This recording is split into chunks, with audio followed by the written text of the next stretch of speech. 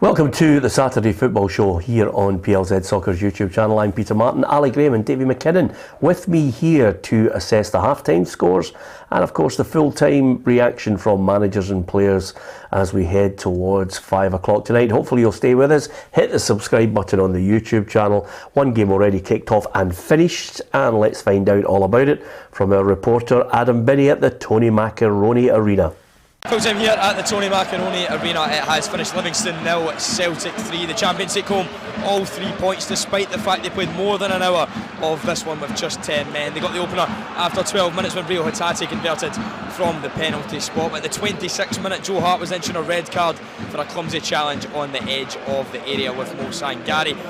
Livingston, they showed plenty of promise towards the end of that first half, but ultimately in the second half they couldn't quite wrestle control. But 3 minutes after the break, Matt O'Reilly added a second when he followed in Tyson Maeda's poor attempt from close range to continue his recent spree of scoring goals. Then in the 95th minute, in the 5th minute of additional time, Celtic then got a brilliant third through Tyson Maeda. Chops inside of his man, uses his left foot just a curl one spectacularly right into the top corner. Livingston, they gave it their all, but ultimately they just didn't quite have the quality in the final third to challenge the champions. For Celtic, it is a massive 3 points, both for them and for Brendan Rodgers, which could prove mightily important come the end of the season with regards to the title race. Full time in West Lothian, it is finished Livingston 0, Celtic 3.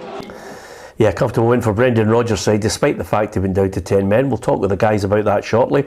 Half-time scores now fast approaching. We're into injury time in some of these games, but it's Dundee 1, Kilmarnock 1 at the moment. Hibs 1, St Johnstone 0, and St Mirren 1, Hearts 0. In the Championship, Arbroath and Adrionians and Wraith Rovers 0-0. Dunfermline 2-0 up on Morton. It's Inverness Cally Thistle 0-0 against Dundee United. And maybe a wee surprise, Partick Thistle 0, Arbroath 2. Dick Campbell continuing to work his magic. In League One, it's Annan 0, Alloa Athletic 1, Edinburgh City 1, Cove Rangers 1, Montrose 0, Stirling, Albion 0, Queen of the South 1, Hamilton Accies 1, and Kelty Hearts against Falkirk is a 5:30 kick-off. And in League 2, it's Bonnyrigg Rose and Stenhouse. We are no goals there. Clyde 2, Elgin City 0. That's a half-time score. Dumbarton 0, Peterhead 0, Stranraer 0, Forfar Athletic 2, and Spartans 1, East Fife 0. As far as the English Premier League is concerned, Crystal Palace no goals there in the game against Fulham. No goals between Luton and Wolverhampton Wanderers, and Manchester City at the moment cruising 2-0 up on Nottingham Forest. So we'll also discuss and hear from the main players in the games tomorrow, because Rangers and Aberdeen are in action tomorrow in the Scottish Premiership. Guys, first and foremost, a win's a win, but should there have been a better resistance from Livingston at their own home ground? Well, I thought, watched the game, particularly after Celtic went down to 10 men, I thought they maybe have changed the formation and got a bit more attacking against them. So I think for their perspective, Davy Martindale will be very, very disappointed, because they didn't really put Celtic under a lot of pressure when they were down to 10 men. And I think that's something that when you're playing against 10 men, you really have to push forward and put them under pressure, but that never happened. Yeah, I don't think anybody can have too many arguments with the penalty to set Celtic on their way. Any arguments from you, Ali? None at all. I just think it's Celtic's downfall. I think it's a ball over the top, Hearts try to read it, and I think it's just a case of them still not playing too many games together, Peter. Yeah, this is the sending off you're talking about. Yeah. Obviously, yeah. Celtic are a goal up with the penalty. Yeah. No argument with the red card? No, none at all. Yeah. No. John Beaton, obviously, with a few decisions, he was firing out a fair few yellow cards. I think he fired about 5 out to the Livingston players. Yeah, he did. And Brendan Rodgers already mentioned he wasn't too happy with the state of the pitch. It's something that it's almost as if we are being browbeated into shutting up about it now. Well, I think the thing is, it surprised me because having been in dressing rooms when the manager criticises maybe the pitch before you go in, certain players think if it's not going for them, well, I'll just blame the pitch. So I actually thought that would backfire on them, but it didn't in the end. Celtic, were great all over the park and never looked under any pressure at any time in the game. I actually found it quite difficult. I caught the tail end of the game, Peter, and I found it quite difficult to see the ball at times on that park. Yeah. It's this glistening of the grass that seems to be the fake grass that's going a different way, and the ball glides, as you know, it doesn't bounce properly, it doesn't roll. But sometimes I couldn't see the ball, especially I think hit a shot. Yeah, I'm not sure if it went in or... Well, it was a great ball. I know what you're talking about, but I don't think there's as much, or if at all, any great amount of money spent on keeping that pitch. Well, having been at Hamilton, I know that they do a lot of work on it to try and make sure that it passes the test, because there's a test, I think it's every quarter, that's done on the park, about how far it runs, how high it bounces, and if it doesn't pass that test, it's almost like they would not play the games on it, as I understand it. But the pitch, Avonvale, reminds me a wee bit. I don't know if you ever played in Dunfermline's pitch when it was the first plastic one. Yeah. And what they did was they had it was like carpet tiles. And I remember I was there. I was the chief executive of Kilmarnock, and one of the players had a slide tackle and the carpet came up and a guy came on. It was a bit of tape. Battle of the 60s last week. Exactly what I was going to say to you. Exactly. But that doesn't mask the fact that I think Celtic were, even when they had 11 men on the park, they were cruising. I mean, they were absolutely cruising. I mean, Greg Taylor had so many touches of the ball, they were able to pick passes. He picked the pass through for Hatate to win the penalty. They just looked so comfortable. It was a great result considering what had happened during the week. But it's another red card. That's 3 red cards for them in 2 games. I know Joe Hart, what you were saying earlier on there, it was a stick-on red card. I mean, it's just, I don't know what it is. You're just always waiting something happening in a defensive line for Celtic. And it's usually them that cause it. It's not the opposition. But it's a tremendous win. Yeah, the other aspect of it, you look at it, Matt O'Reilly, good performance from him, scores the goal. Maeda gets... a great goal, and I think Chris Sutton in commentary said he's got to be one of the best at closing down, certainly in European football. He's got some engine on him. Well, I saw him against Rangers at Ibrox, and he really put Tavernier under pressure from the first minute, and I thought, this is a really good player. I'd have hated to play against him. I was going to ask you that. You're not allowed to kick players now. So. Because can you imagine, Tavernier thinks he's away and he's up the wing, and this guy's motoring every time and not giving up and getting back to stop him from getting his crosses in. But see, the thing as well, though, when you're playing against some players, you could actually talk them out the game straight away, get them to lose their concentration by talking to them about things, before the game started, or even when the ball went dead, you'd be talking to them about something that would really get them switched off at their game. So my Japanese is no great. So well, if I was the Livingston back four, I'd have gone for a course on it to try and talk him out of it, because his work rate is absolutely fantastic. But over and above that, they got all 3 goals. There wasn't really anything other than a couple of chances. One was a save from Joe Hart. But other than that, Livingston really didn't offer all that much. We'll hear from David Martindale and what he thinks about it. But to be perfectly honest with you, a good result for Celtic, bouncing back from that midweek disappointment against Feyenoord. If the footnote to it all is that Joe Hart is going to be out of the next game, yet again, injuries, red cards, people that they need. After announcing 70 odd million in the bank, some fans are looking at this and they're not happy, and even Brendan Rodgers, and there's been a bit of PR after it. After he opened his mouth and said, I'm not happy with the transfer window, suddenly a few people were told to shut up and not mention it, but he mentioned it in that press conference. And rightly so. I mean, during the week there, as I said earlier on, you're always waiting in that mistake, and it's these young rookies are coming into the Celtic team, and they've not played a lot of games, Peter, Davey. They're not experienced, and they're going straight into the highest level in European football, in the Champions League. I agree with you, because the boy Lager Bielka, he played in Sweden, obviously, and it's a great new experience for him. Some players adapt to it very, very quickly, but getting into the old firm, sometimes people coming in from abroad don't realise how big the clubs are and how you have to win and play at a certain level every week, and if you don't, then it's failure. So I think that the recruitment process is hugely important. I think about Celtic, they're probably looking at players 6 million upwards, but it's the wages that go with it. So they're maybe not prepared to pay the wages that will come with a 15 or 20 million pounds player. What I can't understand, Peter, is the fact that Brendan Rodgers has obviously come out with that comment. He's worked down in the English Premiership. They get relegated this year, Leicester. You're not telling me he's not identified 2 decent centre backs and maybe a midfielder or someone at a decent level that would come up to Glasgow Celtic and play in the Champions League. Let me tell you a story about Brendan said to me when he was playing Celtic were playing against Hamilton. I was talking to him about football and told him that I was down in England and things like that. And he said to me, he said, I made a mistake. He said when I was at Liverpool, he said because my scout told me Van Dijk was a top player. He said, but my interpretation of Scotland at that time was they didn't really have to exert themselves, and I didn't think he would be able to play 90 minutes all the time at a certain level because he was playing in Scotland. He says, but I've changed my attitude now. And as you know, I think he could have got him for maybe 8-9 million, and what did they pay eventually? It was 70 odd million, I think. Absolutely. So I think that was a mistake that he obviously, he got over. But I think it was a big lesson for him. Yeah, okay, half-time in the other matches, of course, full-time, Livingston 0, Celtic 3, Dundee 1, Kilmarnock 1, Hibs 1, St Johnstone 0, and St Mirren 1, Harderwood Lothian 0. St Mirren taking the lead in that game through Ryan Strain.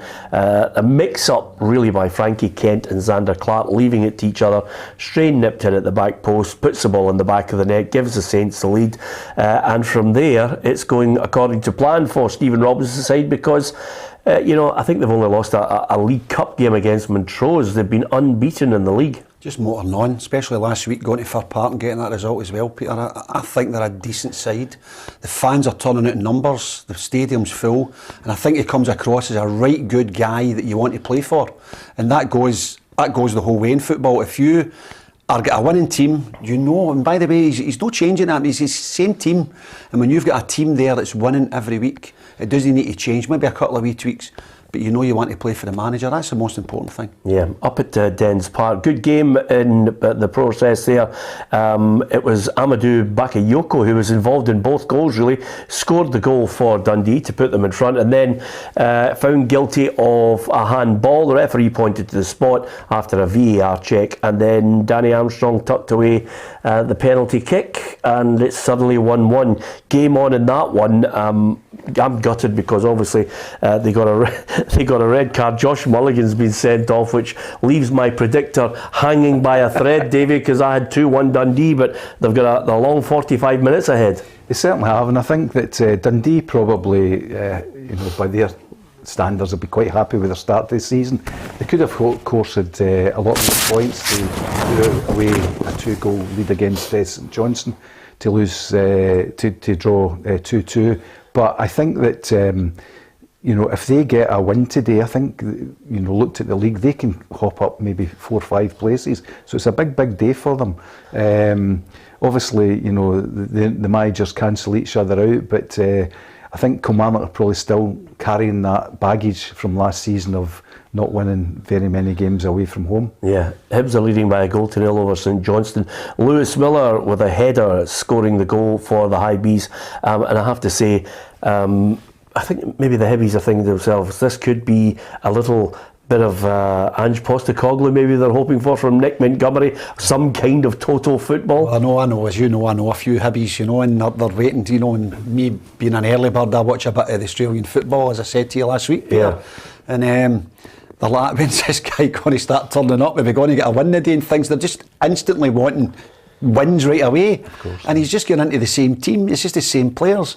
I says you just need to see how he kind of turns it around and how they play. They've always got, and you know this, they've always got an attacking threat, but they tend to give away too many goals for set pieces, as we said earlier on. If he can tighten it up at the back, Hibs are a threat. They're always a threat going forward. Yeah, perhaps a lesson to many of us if you want to watch football without getting moaned at.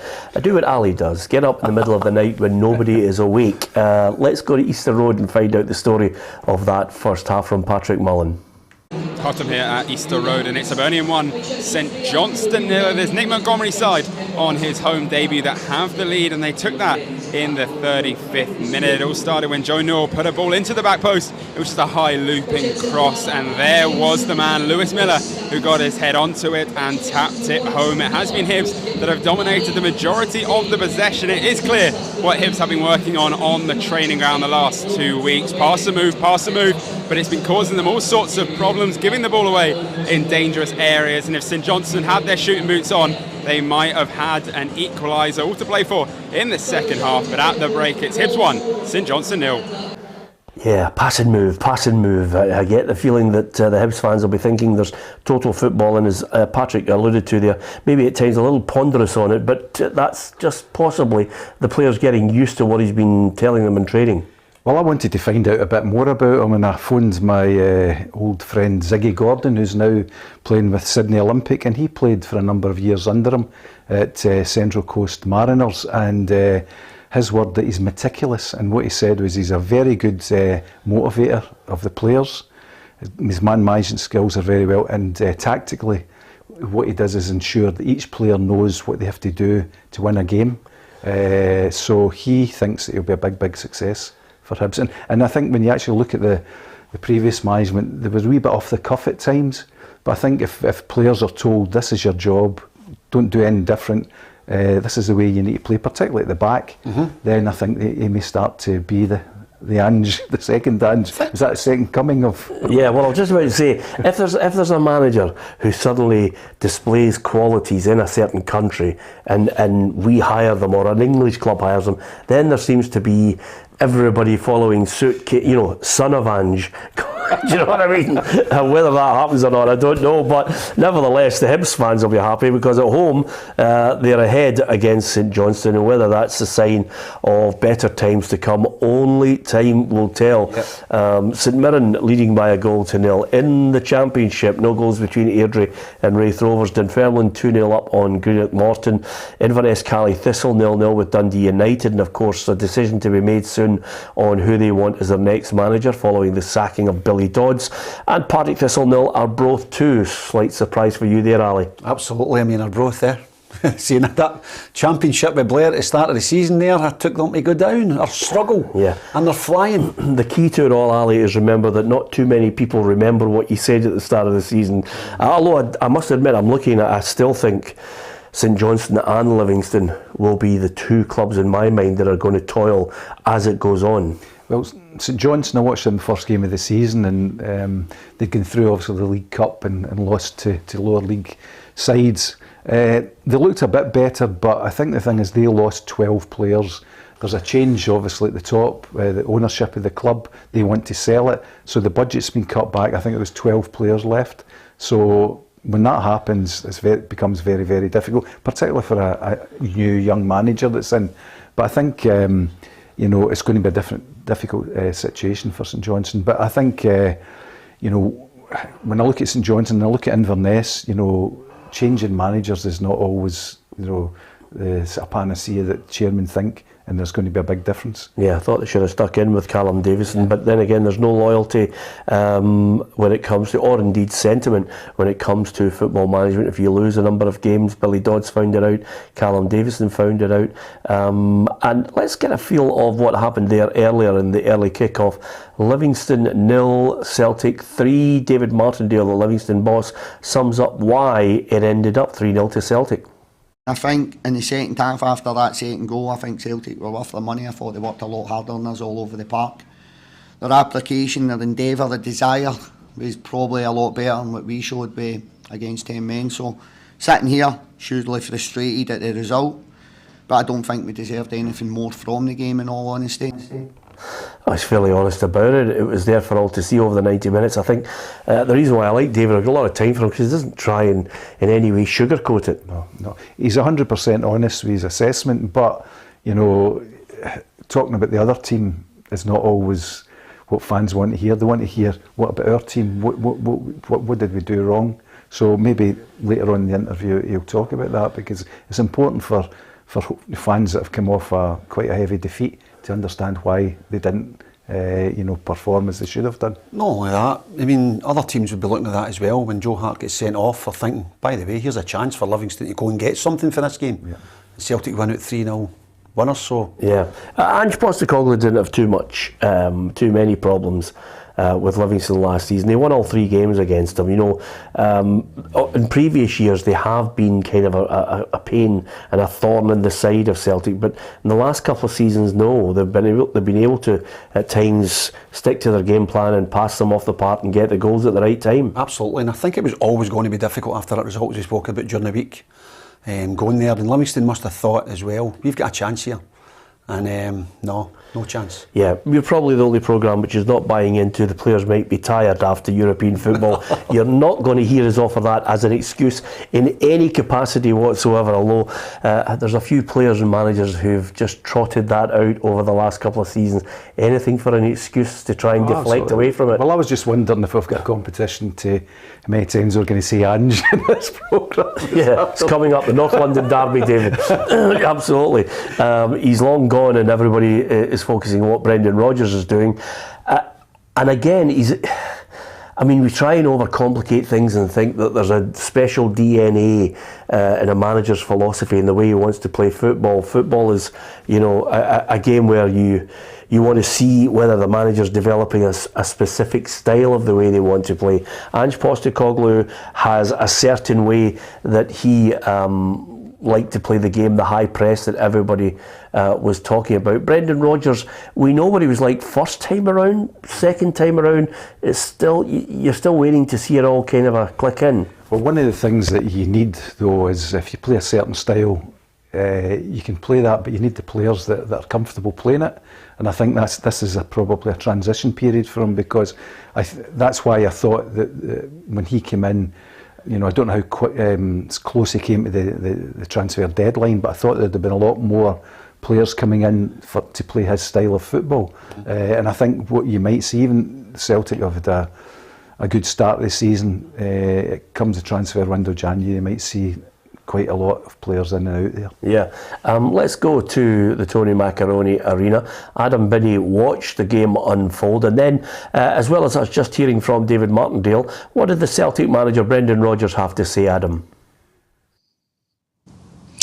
Brendan Rodgers described this victory today as monumental, were his words. Celtic going down to 10 men so early, they played more than an hour with a reduced man, but Livingston failed to cause them any real problems throughout the match. Joe Newbley has that chance in the second half, but I thought it was a very, very good performance from Celtic, and the manager agreed. He was asked, is this the most complete performance he's had from his Celtic team since returning to the managerial position this summer? He was quietly cautious about it, but he seemed to kind of agree with that statement, that perhaps this is the best he's seen Celtic since returning to the club this summer. He was full of praise for Daizan Maeda. We're all saying, oh yes, of course they're going down to 10 men, but Brendan Rodgers says, no, when you've got a player like that, of Maeda's quality and of his energy, it's like playing with 12 men from the beginning. So if you've got Maeda on your side, according to Brendan Rodgers, there's no such thing as going down to 10. Yeah, and with going down to 10, Adam, did he have any argument with Joe Hart's red card and obviously the problems that will give him over the next couple of weeks? No complaints from the Celtic manager on that red card. I don't think anyone in their right mind across the stadium or anyone watching on TV could argue with John Beaton's decision there. Absolutely a red card. That does present a big challenge for Celtic now, that going into that next match, I believe against Motherwell next weekend, Joe Hart will be suspended for that one. Looks like Scott Bain's going to be taking that number 1 jersey for that game. He'll be very rusty. It's been quite a while since Scott Bain played football. I think he'd only had one start in 2023 before this match, so a big chance for him to try and stake a claim in this team through Hart's absence. Just before you go, Adam, a lot of star performers in the Celtic side. Who was a standout for you? I think Greg Taylor got the official man of the match. I was equally impressed by Matt O'Reilly. I thought he was great. Daizan Maeda had a great game. Rio Hatate showed in flashes what he can do. Callum McGregor, he's nearly the best player every week, so it's boring to say him, but I thought in particular Liam Scales had a very good game. And what Celtic fans were displeased to see that Liam Scales was still going to be part of the first team plans this season. He had an encouraging loan spell at Aberdeen, but I think if Celtic were wanting to kick on, they were thinking that they should set the bar higher than Scales. He was man of the match in that Old Firm game just before the international break, and he absolutely has never let Celtic down since stepping into the starting 11, and I thought he was absolutely fantastic today when Celtic absolutely needed him defensively when they were down to 10 men. So for me, man of the match, Liam Scales. Yeah, as ever, always sunny in Livingston. Thanks to Adam Binney, who's been watching that game. 3-0, comfortable win there for Celtic, and just giving us the thoughts of Brendan Rodgers and what he said. A monumental win. Nothing like overstating the case on it. It's a good win for Celtic because, as we're talking about looking for that Brendan Rodgers style again, you start to see it slowly coming together. But again, he's got this a strange judgment that one week they'll say, well, you're expected to win, your budget sinks every club near enough in Scotland, and then all of a sudden match day 2 of the Champions League is coming up and you're saying to yourself, well, you know, your squad's weak. And you can't use that excuse because it goes the other way then. And absolutely. This is what the Premier teams have been telling them. You've got the bigger budget than we've got, and then you get into Champions League, you're moaning about the budget. No, I don't buy that one at all. I think you've got to, you know, his record's no good in Europe, Peter. It's stinking, to be quite honest with you. Yeah. And I think when you look across the city, we'll speak about that later on, when you look across the city, when the game wasn't brilliant, Rangers managed to get 3 points. And it doesn't matter your style of football. I think sometimes in the Champions League, you've just got to get the 3 points, and that's the most important thing. And there's a wee difference here in the Celtic support now. Some guys are just want to have a good Champions League, and it's not about the style of play. But some of them are saying, no, we've got to keep playing this way and we've got to try and play the attractive football we always play. I think a lot of guys will just take the 3 points. Yeah, okay. So Celtic with the comfortable win there. We will look ahead to the Sunday matches. I can tell you in the English Premier League it's Manchester City 2, Nottingham Forest 0. Foden and Haaland have scored the goals, but Rodgers has just been sent off at the start of the second half. So they're down to 10 men, which probably means that with City, they're probably going to win 4-0. I heard the manager, Pep Guardiola, saying, you know, they've got major injury worries, and to coin a great West of Scotland and Scottish phrase, away in Guy's peace, Pep. You've spent £1 billion on players. I'm not having any injury worry chat. No, he's, you know, get an embarrassment of riches, and sometimes that's difficult to manage, isn't it? To get, you know, players, you know, want to play. Although when they're getting the kind of money that they're getting, sometimes some players just don't want to play. They'll say, I'll just look at my bank balance every week and that'll satisfy me. You don't seem to get many guys moaning about not playing down at Manchester City right enough. Didn't you know? You don't. Is it, no. You know, is it because it's down to the money, or is it because it's a good environment and they're the Champions League, they're the winners, you know. Yeah. So I think when you get to the level of playing, you know, for Manchester City, I think the drive is basically your own professionalism. You know, you don't start to think, I wonder if I hit the 4 digits in my cash line, there's going to be enough to kind of lift out £3.65. Did you see my bank balance? No, as I used to do as a paper boy. I wonder, can I lift £3 out? Anyway, Tommy says the black gear certainly takes years off Ruffy. Well, there you are. That's good. That's good news for a noise. Well done, Tommy. And William says, remember, folks, be nice in the comments. Peter's as tough as old nails. William, the only thing we say about people commenting in our feed, we love actually people mentioning things, we don't mind the banter. It's just when people are abusive towards either each other or indeed to anyone connected with football, because it is, after all, only a sport. It's a game. We love it, but we certainly don't like to see in the feed anyone being abusive to other people, or indeed racist and sectarian comments. We try and stamp them out as much as we can, and it is, after all, only 11 against 11. We love a bit of banter about it. We love dissecting what managers and players say as well, but not to the extent where we're offering any harm towards them. You can have a bit of banter in football. When you look at what's happening in the world at the moment, it certainly puts it in perspective. So yeah, William, you're absolutely you're on the case. I am tough with people who are, as I say, morons. We say this is not the show for you. No, definitely not, but it depends if you can keep my living on the park, Peter. Yes, absolutely, because it's funny you saying that, because I mean, honestly, I've got a few mates who always seem to text me during Celtic games, and one of them sent me a text today saying, oh, John Beaton got it in for Celtic, and I thought, wow, am I watching a different game, from them, because I thought John Beaton just handled the game well. Well, if you look at the yellow cards, but I'm actually quite surprised though that you said it was something like £3.20. I thought it was going to be £3.12 and 6. Yes, absolutely. I know. And somebody said to me, "Wow, you had a paper job at 12 and 13 because nobody can work under 16 now. There's no papers. I mean, who gets a paper delivered? I can't remember the last time I bought a newspaper." And that's the change in the whole thing, because you're a journal. You should be buying a newspaper. Well, you get a certain. No, you get a link on the website now. You can read the papers and you can pay a subscription, which is the best way to do it. And you save the environment, folks. There you are. There's a classic line to make everybody love you and warm to you. But nevertheless, some people do still read papers, David. I don't know, are you fit into that category? I do occasionally. I buy, I probably buy one a week, where I used to buy 2 a day, I would imagine, like just in case my picture was up range. But no, it used to. It's a different thing. But obviously the revenue side has changed. From you used to have to get the pages filled with Timpson's new boots and things like that. Now it's like internet protection and all that kind of thing on when you look at papers online. But it's changing, because I think I actually saw a figure. I think the Daily Record's daily coverage was something like 57,000 papers a day, which it was 300,000-500,000, wasn't it? Possibly that's a million at times. It's an exercise thing. My family's concerned, the older ones. My dad still manages to walk over to the garage in the morning to get his newspaper, but when I go down to see him, the paper's sitting there and it's not being opened yet. It's just his exercise. Just to get him out there.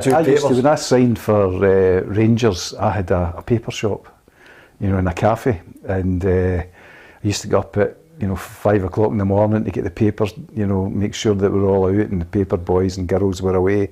And then it was going okay. I was playing for Rangers, signed for Rangers, and then Jock Wallace came in and said to me, "You're too tired, sell your paper shop." Is that right? Sell it. So, brilliant. I would have sold. And you didn't argue with him? I was just about to say, and I sold it to my sister, to be perfectly honest with you. Anyway, Davey had mentioned there he wanted to hear David Martindale talk about his own team. So here's David Martindale. Sometimes I think you can find me, you go down to 10 men, people think certain players maybe thought it was going to be a wee bit easier, and they start trying to do things we've not worked on in training, or they're trying to do individual stuff, which doesn't help the group. But again, if you go and defend, whether you're playing against 9 men, 10 men, 11 men, in the manner that we did in the second half, you're always going to be in trouble. So I'm disappointed. We've beat Celtic with 10 men, we've beat Celtic with 11 men, but that's all in the past, and it means absolutely nothing now. Okay, it's always good to read between the lines when a manager says that. So he's going to go and leather a few people who clearly decided to play the game the way they wanted to.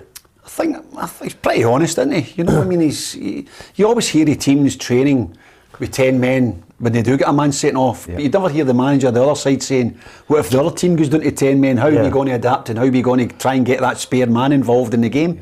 So he's pretty honest there, Peter. Yeah, well, the key to it all is, more often than not, if you're doing it in training, Davey, beg your pardon, excuse me, is quite simply stretch them, go left, go right, try and keep, that extra man utilised when you're playing your triangle football, to try and at least get to the point where you say, well, I can tire them out. Yeah, sometimes as well, tactically, Livingston played 4 at the back. They may have changed it to 3 and then put someone else, maybe another forward on. Because generally that's the thing, isn't it? They've only got one up front, Celtic. Yeah, well, yep. So it makes sense, Absolutely. Perfect sense. Well, but you've got to use the width of the park. Absolutely. You've got to get wide guys, and I don't understand why. But when did Newbley start? I've watched him a couple of times. I've done it for PLZ, and he's a centre forward. He's a big, robust guy. They were trying to punt him earlier in the season. He's away out the wing, out the road, no really affecting the game. Yeah. That's the last few times that I've seen him now. He seems to be out the left wing, Davey. He's not affecting the game.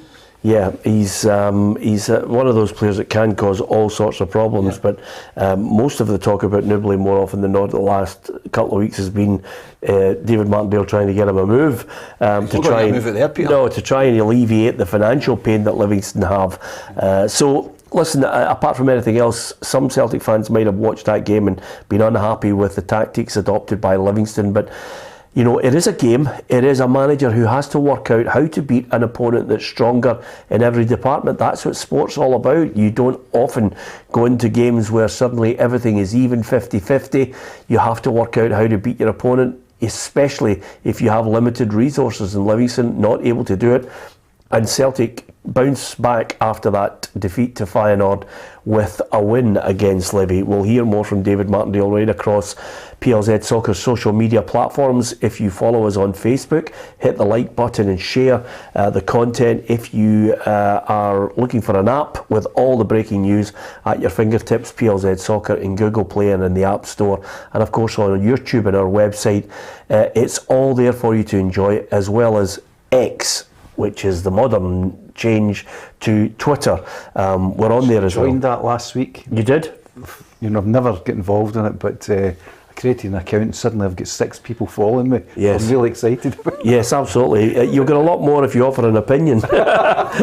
Then you'll know all about it, Ali, because the man who usually sits there has a perfect way to adopt Twitter. He throws out a grenade and then runs away and never speaks for about 4 days and just leaves the madness in behind. Tam McManus will be back with us on Monday to give us his thoughts on the weekend's football. Davy McKinnon, former Rangers player, and Ali Graham, a League Cup winner with Wraith Rovers.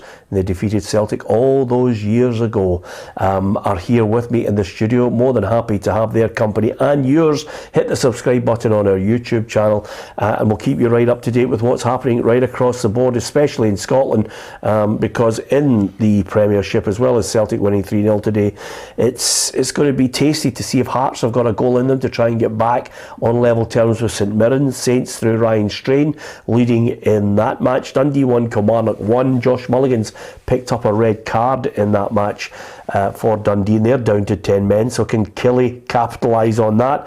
And Hibs with Nick Montgomery, this is his first home game in charge of Hibernian. They're 1 goal up on St Johnstone as we speak. Just on the basis of we're into the second half, and it gives us a chance basically to reflect on why there'll be 2 Sunday games, Aberdeen, Ross County, Rangers, Motherwell. Of course, Aberdeen certainly surprised us, I think, with the performance against Eintracht, although in the end they still lost 2-1. Yeah, well, sometimes, you know, the pressure that the Aberdeen are under, because they are under pressure at the moment, what, the second bottom or something like that. Yeah. It becomes very, very difficult, and the players get into they have a mindset on a league game. Going away and playing in Europe is, you know, is a totally different experience, and you know, that performance may have been based in that, just something different. Totally surprised me. I didn't even think they would get a corner, to be quite honest with you. And I'm not being, you know, I'm just being honest. I think we hyped up the Bundesliga, you know, a lot more, and it is a fantastic league. I thought they were going to be a lot stronger. The atmosphere, the crowd, absolutely amazing. To play in that must have been some experience, Peter. I mean, that is fantastic. One of the best I've heard for a long time. But they managed to get a goal, and they managed to have a go. So Davey's right. I think if you get away for that, I think if you get away for your league, you know, campaign, you're struggling. If you can't look forward to that and go and try and play in that, there's something wrong with you as a football player. Did you play in the game Wraith Rovers were winning against Bayern Munich? Yes. Well, there yes, you go. Over there. You know what it's like. Yeah, but the atmosphere that night, because what happened was, as you well know, I think there was only 52,000 there or something like that in a 90,000 stadium, because they had a big game on the Saturday and it was only Wraith Rovers that were playing during the week, and that's from the voice of Thomas Helmer actually told me that. I says, oh, that's a wee bit disrespectful. At 1-0 I thought, here we go. But Klinsmann Co managed to pull that one out the bag. That was my first ever commentary in football. Honestly? Yeah, Wraith Rovers in the Olympic Stadium, which was fantastic. Great way to start the commentary, and I wish at that time I had a half decent camera on my phone. I know some people have managed to get a picture of it. You know, half time Wraith Rovers won Bayern Munich 0, which is brilliant, but it was fantastic times with Wraith Rovers and that team, and a great bunch of guys as well. Peter, can you give a shout out to the boys in Kingston, Jamaica? The tartan troops, says Hoggy. Hoggy, absolutely 100%. We so really are delighted that you can join us on a Saturday, and of course hopefully consume a lot of our content as well. We're absolutely delighted that you could do that. And also I think a lot of people talking about Eintracht Frankfurt, Aberdeen. Andrew Johnson says Robson needs time. He's a decent manager. Well, only time will tell on that situation. Certainly it's not a great start, but the boy needs time to try and build a team and see where he can go in the league. I think people expected him to be up there in 4th and 3rd. You know, certainly by the end of the season people will expect that, nothing less. No. Well, having been chief executive of some clubs, I think that I see sometimes in boardrooms that directors, particularly if they're looking at social media, basically make decisions. Yeah. You know, the fans are not happy with the manager, and really I think you know, chairmen and directors have to give managers a lot more time particularly if they come through a transition period, which is obviously coming from, Billy Dodds we've spoken about as well. I think he got them into the playoffs last season. They got to, was it the League Cup final? Scottish Cup final.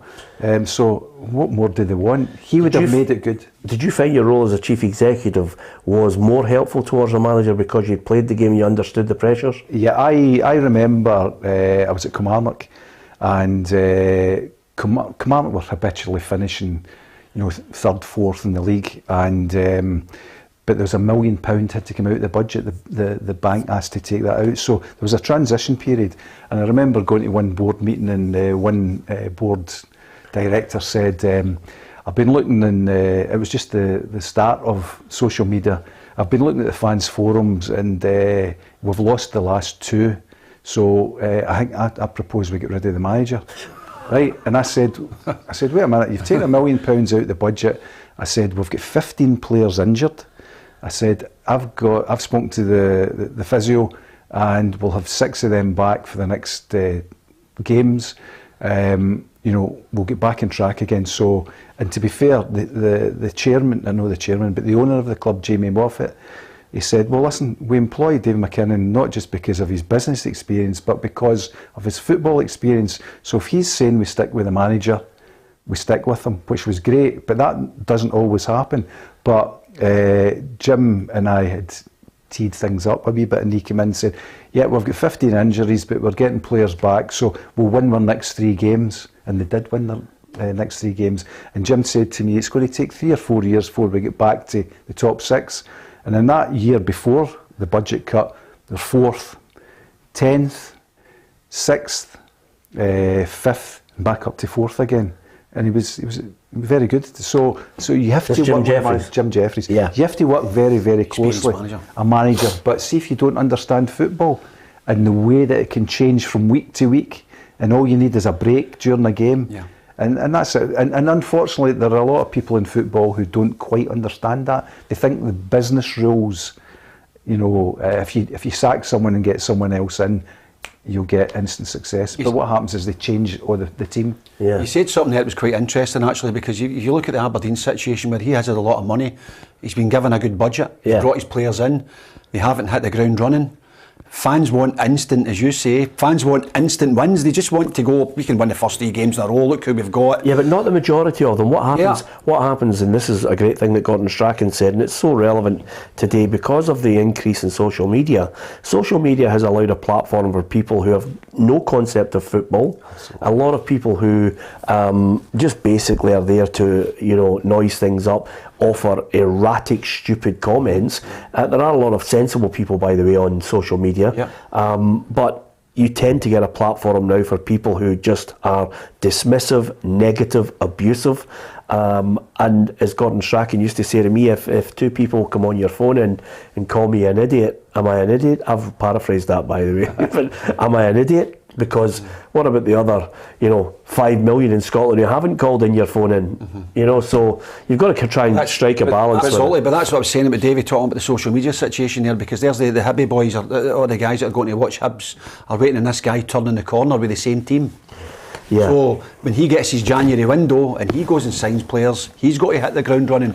So it's that difference where at the start of the season and in January you're looking at 2 managers that come in at a different time, but it's the same scenario. If they're not winning, they want rid of them. It's definitely the case that I spoke to every board room that I was involved in.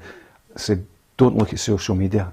Don't look at social media, because you'll see things that will make you make a decision that is not accurate. Yeah. And unfortunately, a lot of chairmen and board members look at social media. Dylan Venti has made it 2-0 to Hibs. This football is magnificent at Easter Road now. It's the way ahead. Ball. Yes, absolutely. Nick ball, which we used to play. but the neighbours weren't happy. 2-0 to Hibs against St Johnstone. Venti has scored. Dundee United are down to 10 men in that match against Inverness Cali Thistle. Jordan Tilson, the man, sent off for United. But 2-0 for Hibernian in that game. Venti scoring the goal. And they've had a fair bit of money spent on them as well. Incidentally, just thought I'd mention in passing, as we all sometimes can be very insular in Scottish football, and we think to ourselves, only 2 teams totally dominate the league and that's it. The whole of Europe suffers from the same type of problems that we do, with 2 or 3 very strong clubs, and the supporting cast just make up the numbers and hope for the scraps off the table with the ever greedy clubs at the top end. So let me give you the update on the score between Bayern Munich and Bochum. It's Bayern Munich 7, Bochum 0. A hat-trick for Harry Kane. They've won the league the last 11 consecutive years, and I'm not quite sure what the German song sounds like, 11 in a row, here we go, but they're certainly singing it, Ali. Do you think there's any chance Harry might eventually get his hands on a trophy this season, Peter? Well, he's a brilliant footballer. Yep. He's world class. It took him a while to get to that status, because obviously you look and you say, okay, it's Tottenham, what can they do? He's been banging in goals for Tottenham with an average of about between 25 and 30 for about 6 or 7 seasons. He's phenomenal. Magnificent. I'm glad he made the decision to go for football reasons, because the whole can I beat Alan Shearer's records are nonsense. Yeah, absolutely. I think he's very humble with it as well. I think people respect that. But maybe the Ange effect, it would have, if he'd have stayed, he'd maybe get something this season. So I think, to be quite honest, I think it wouldn't have suited him the way Ange plays with Kane, although I think he could fit in any team. But I will say, I was quite surprised when he went to Bayern. There wasn't a top Spanish team in for him. I thought that would have suited his style of play even better, but there you go. Yeah, absolutely. Well, listen, he's got a hat-trick. He's well pleased with that. And of course, he scored against Manchester United in that win in midweek, so well happy with that in the Champions League, that win. I can tell you, Airdrieonians have scored in the match there in the Championship. Airdrieonians 1, Wraith Rovers 0. So Callum Gallagher's got the goal, and not good news for one of Ali's old teams. How many old teams have you got? You'll never beat one of our guests who come on here. Check. 23. 23 ex-clubs. I think it was 23 when you get back and play for them again, Davey. I think there's about 16, 17 in there. But, not through any fault of my own, Peter. How many years were you at Wraith? 3. 3 successful ones. 3 wonderful years, wasn't it? It was fantastic. Yeah, absolutely. Although there's a relegation in there, don't forget. Yeah, absolutely. The thing, you're under contract now. People sign a year's contract and leave. And you go to teams in the days, Dave, and you were a saleable asset, and you just get moved on, and that's how so many teams, because you get sold. Yeah, absolutely. It is the football show, and we deal with Scottish football primarily. We also like to just cast an eye over English football in the Premier League, and of course European football, because we have our European show, which Blair Malloy and Adam Binney present, and Kerry Pollock and Alison McConnell have the women's football show. I've got Straight Talk, we're at 1-to-1 with special guests from the worlds of football, entertainment, politics, you name it. Hopefully you're enjoying some of the people I've been interviewing. There's lots more to come and a few surprises along the way. We also have not only the football show Monday and Friday with Neil Lennon and Lee McCulloch, but we do have, as well as that, on the Thursday, the journos, 4 journos sitting on the table, and when you put 4 journalists together, you usually get arguments and hopefully not fights, but we're certainly coming close to it at times. It's well worth watching. Lots of variety on PLZ Soccer. Hit the subscribe button if you can, and of course if you want to get involved in the Predictor, you can. A monthly prize, and then at the end of the season the top man or woman will be coming with us to the PFA Scotland Player of the Year Awards. We'll have the 2 of you at our table for a night where you won't put your hand in your pocket. I can't think of a better night than that, Davey, not putting your hand in your pocket. Well, Big Ruffy's made a career out of that, hasn't he? This is exactly why, yes, all the reason why he turns up, to be honest with you. Just on the point, you're an ex-Rangers player.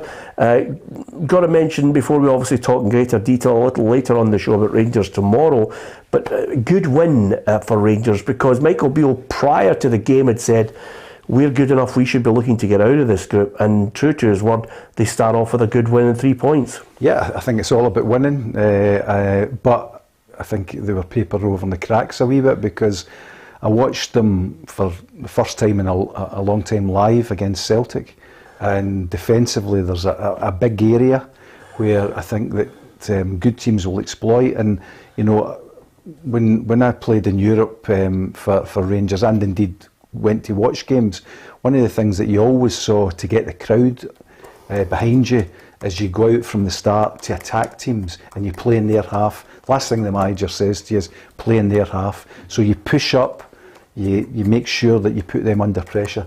If you look at the first half, you know, Real Betis certainly played. They were as if they were the home team, because they were playing in Rangers' half, and Rangers seemed to accept that. They played very, very deep, and against Celtic they played very, very deep. And I noticed as a defender, one of the things that you always did was push up to the halfway line. Rangers very rarely did that in the first half, and they didn't do it in the first half against Celtic. That causes problems, and all you need is, you know, a good player to get a goal. So. But they survived that. In the second half they were far better, and I think the manager obviously spoke to them and told them to get up. But that's an area defensively on that right hand side. You know, I'm a great admirer of James Tavernier, but with the way he plays forward, I think that there's a huge gap, and good coaches will exploit that. I'd like to see Rangers playing 3 at the back, 3-5-2. Wait to tell you this, by the way. And we'll go back to Rangers in a moment, but Hibs, true to his word, Nick Montgomery has brought on Rory Whittaker, the youngest player ever to play for Hibs, 16 years old and 44 days. And he's actually got a bit of a track record for that. I think it was Central Coast Mariners, where he would play young players if you're good enough, you're old enough. I just hope it doesn't backfire. I'm not saying, I've not seen the kid, I don't know how good he is, but I hope they can hold on and they can go and win, because if he's giving young kids a chance, what better time to bring them on when you're winning a game? But if there's still a few minutes to go there, defensively they'll need to kind of hold on. But that's fantastic. I mean, I think I was just nearly 18 when I made my debut. I don't know what age Davy was, but it's the best feeling in the world when you go out and you play, you know, with guys that you train with all week who are playing for 25 quid a week, bonus money, Peter. Yeah. And if you don't hold that ball in, they've got you by the throat in the dressing room later on, because it's their weekly messages that are, you know, at stake. But this young guy getting a chance with all these players now is absolutely fantastic for Hibs. Did you say Roger Whittaker there? Yeah, I was just about to say. Get a tune out of him. Well, I was going to say to you, Roger Whittaker is, for the benefit of our people under the age of 40, is an old, what I would call, middle of the road entertainer for people who watched, you know, Morecambe and Wise show Saturday night. A few days ago? A couple of years ago, actually. But he had a few hits in the charts as well, Roger Whittaker. But this is Rory Whittaker, and I wonder if he's anything to Stephen Whittaker, because Stephen Whittaker is old enough. I wonder if it's we'll certainly look into that. But 16 years old and 44 days. Where does he play? I'll find that out as well. But the other thing I was going to say to you on that point of him coming on is quite simply, Tam, he's a right back, I've just been told.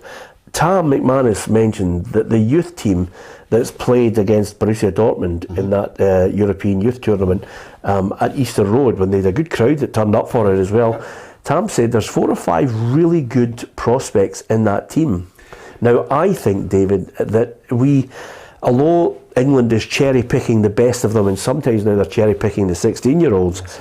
If we give them a chance and develop them and say, look, there's a pathway for you, they can develop. Some kids are really good prospects, David, and they never get the chance to play in the first team, and suddenly their growth is stumped. No, you're absolutely right. And I think if you actually go back to Hibs under Tony Mowbray, he brought a lot of young players in. Scott Brown, for example, Stephen Whittaker. Oh, that squad, Tam. 2004, you know, Tam McManus. They had a really good team, and they were, you know, the youth have no fear, so they just go out and play. And if you can balance that with some experience through the team, that's the way to do it in my book. So all credit to him. And I think the thing is, what Hibs supporters, if Hibs get this victory today, they've brought in a 16-year-old. They'll go home happy because they see that as the future. You know, we're winning games and we're bringing youth through. And if there's a lot of really good players in the youth team and they get that chance, you're absolutely right. That attracts people, because, you know, if you're a good player and you're playing with a team and you've got a choice of 4 or 5 teams, well, am I going to get a chance in the first team? Right, I'm going to go to Hibs. Yeah. So what did Liverpool see in Doak that Celtic never seen, and they ended up going to Liverpool? And I know there was a contractual thing there. Yeah. But at that age, quick negotiations. At that age, then that boy's getting a chance there. I mean, if you're going to play him in the first team and you give them a decent contract to hold on, surely if he's going to adapt to first team football at 16, 17, 18, he's going to end up getting the club a few quid. Yeah, well, I think Ange Postecoglou had the opportunity to bring him into the first team and then keep him there and then get the negotiations done. It didn't happen. The whole breakdown allowed him to say, well, listen, I'm off. Because I know that there are other clubs that are chasing me. They all know the quality. Everybody could see the quality. And he slipped through their fingers. And I think he's Klopp loves him. He's about to this year, I think, make double figures in appearances once people really see what the boy's about. It's a strategy at a club to say, right, okay, if we get some good players through, we'll hang on to them, we'll pay them properly, we'll get a pathway for them over the next 4 or 5 years, really look after them and make them part of the club. And then 4 or 5 years down the line, you know, you might, out of 4 or 5, you might only get 2 that get to that huge level. But having a bit of faith and a bit of commitment, and that's monetary as well, you get the reward somewhere down. And Doak should be, you know, if he was at Celtic, he should still be there and, you know, lightening up the fans. And getting guys off their seat. Yeah, absolutely. That's what you want to see. You want to see them for at least a couple of years getting maybe 70, 80, 90, 100 games. But that didn't materialise. The Celtic fans have missed out on that, and they'll probably see him emerge as certainly a Liverpool star, if we're to believe Jurgen Klopp down south. I can tell you Arbroath are now 3-0 up on Partick Thistle, and Jim Mainholt has scored that goal. So suddenly, you know, you're looking at 3-0 up there, absolutely coasting. Hilton with 2 and O'Brien with the other, and that's a wee shock for Partick Thistle. I did say that Arbroath would drop in that league this season. Yes, of course you did, I remember. Big expectations at Thistle, and it'll be interesting. You know, spoke about... well, that's 4 in the bounce, they'd won already there, Dave. They were flying. Yeah, but at the same time, you know, I think the manager's very good. I've worked with him as a player, and I think Chris Doolan's one of the top guys. I think he needs a bit of experience in with him. But also the fact is that you know, there's a fans group in there now. You know, I've worked with fans groups, and the majority are great, but sometimes maybe a wee bit knee-jerk reaction. The fans are not happy about getting 2 or 3 defeats in a row. So that'll be interesting whether they stick, you know, keep their bottle and stick with the manager, because that's obviously something that I think he could. Well, I'm quite surprised that Thistle were going well there. They won 3 or 4 games in a row there, and they lost a lot of good, decent players at the start of the season, Peter, as well. So, you know, they started to get a wee run going there. Big Brian Graham still scoring goals up top end for them. They've got a couple of good wingers there, Dave. But for Arbroath to go there today, I think you know, that's how many goals is that in 2 games for Arbroath now? 8. Yeah, flying as well. But Dick knows how to win games, doesn't he, Dick Campbell? Yeah, absolutely. 3 wins out of 4 for Partick Thistle, as you mentioned there, which is incredible. But of course, you're talking now, in the last 4 games, Arbroath have scored 13 goals. 4 wins out of 4, and this is definitely 5 on the way. And that's 17, could be more before we get to the end of this game. So we'll keep you right up to date with that. The story of the Scottish Premiership today, we'll hear more from David Martindale before the end of the programme. We'll also hear from Pedro Martinez Losa, the Scotland women's national coach. He's signed a new deal, so that gives the international side a bit of stability. And they had credibility last night, albeit a 2-1 loss to England. And remember, England got to the World Cup final and just narrowly lost out to Spain. So it was a good performance by Scotland second half, and they should have had a penalty. But we'll talk about that, and we'll hear from Pedro Martinez Losa a little later on in the programme. But certainly better times ahead for the international side, and of course domestically as well. You can follow it on PLZ Soccer. Story so far elsewhere: it's Livingston 0, Celtic 3 full-time score. Dundee 1, Kilmarnock 1, Hibs 2, St Johnstone 0, and St Mirren 1, Heart of Midlothian 0, which I'll tell you right now, if Stephen Robinson takes the scalp off Hearts, you're starting to look at that side and think to themselves, you know, we chatted to quite a number of the fans today, and they were saying just a wee bit early to get our passports out to look for European football. Well, you remember Tony Fitzpatrick was scolded for saying we're a top side, top six side, and it's certainly, you know, the way they go about things at the club is very well. It's a fan run club, and they do things properly. I think that you know, they may falter because you need a bit of consistency throughout the season. You need it every week sometimes that puts a lot of pressure on players. So it'll be interesting whether he, brings extra players in during. I think he'll need to, because that happens throughout the season, Peter, when you get suspensions and injuries. It seems to me he's running with a decent squad at the minute there, and he's kind of getting his own way with them. There's nobody really, pulling out injured, or it's just at the start of the season. There's nobody getting sent off or whatever. Once that starts hitting you, you've got to have the backup there. So, no, I think he's doing a magnificent job. I mean, that's incredible. And we were speaking about Aberdeen earlier on, Hibs, where you always think people looking from the outside in always look at Celtic, Rangers, Hibs, Hearts, Aberdeen, but it's Motherwell and St Mirren that are up there at the minute. Along with Celtic and Rangers. So.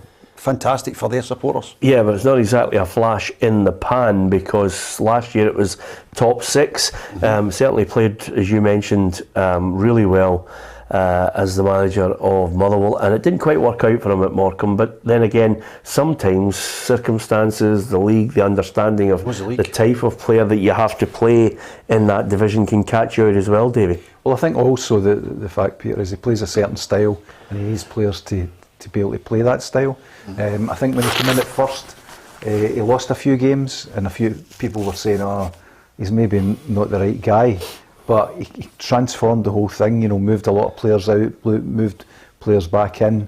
His recruitment is very good.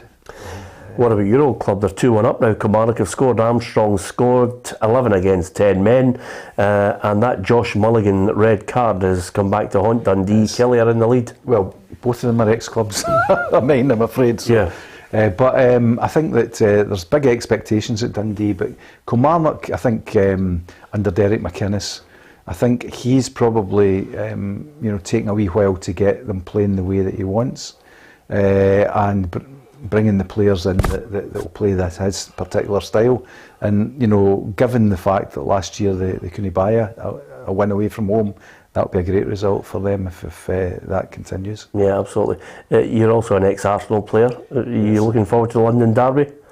Yep, I'm looking forward to it. I think it's time for Arsenal to put the Ange Postecoglou to the sword, maybe.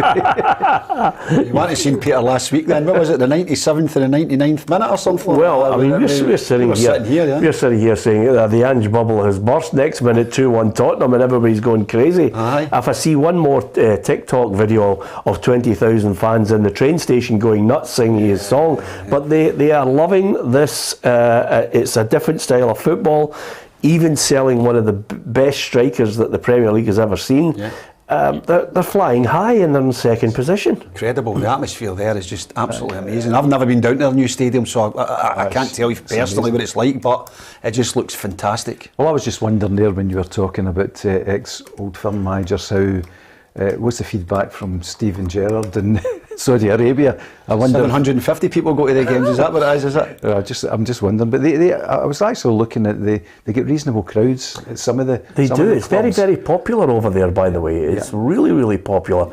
And I think what we're going to find, rightly or wrongly, because as I always say, there is absolutely no sporting integrity whatsoever in big business. I say there's still some sporting integrity with players, but certainly not when it comes to testing some of them, where they would proclaim their backing of, for example, LGBTQ, and then suddenly go to a country which has, questionable and very questionable relations with people who are gay, and women's rights as well. I think you can't suddenly be critical of them, then go over there and take 150 grand a week. It's hypocrisy at its absolute core level. So with that in mind, I think Saudi Arabia and Qatar, as has been proved with the World Cup, these countries are certainly going to be prominent in the next few years, pushing their platform, their country, competitions within it, and testing everybody's resolve with massive amounts of money. And I think the Crown Prince, certainly from Saudi Arabia, said he doesn't care that he's being accused of sports washing. He's no care whatsoever what other countries think about them being guilty of sports washing. He's only interested in promoting that country, regardless of the way they conduct themselves.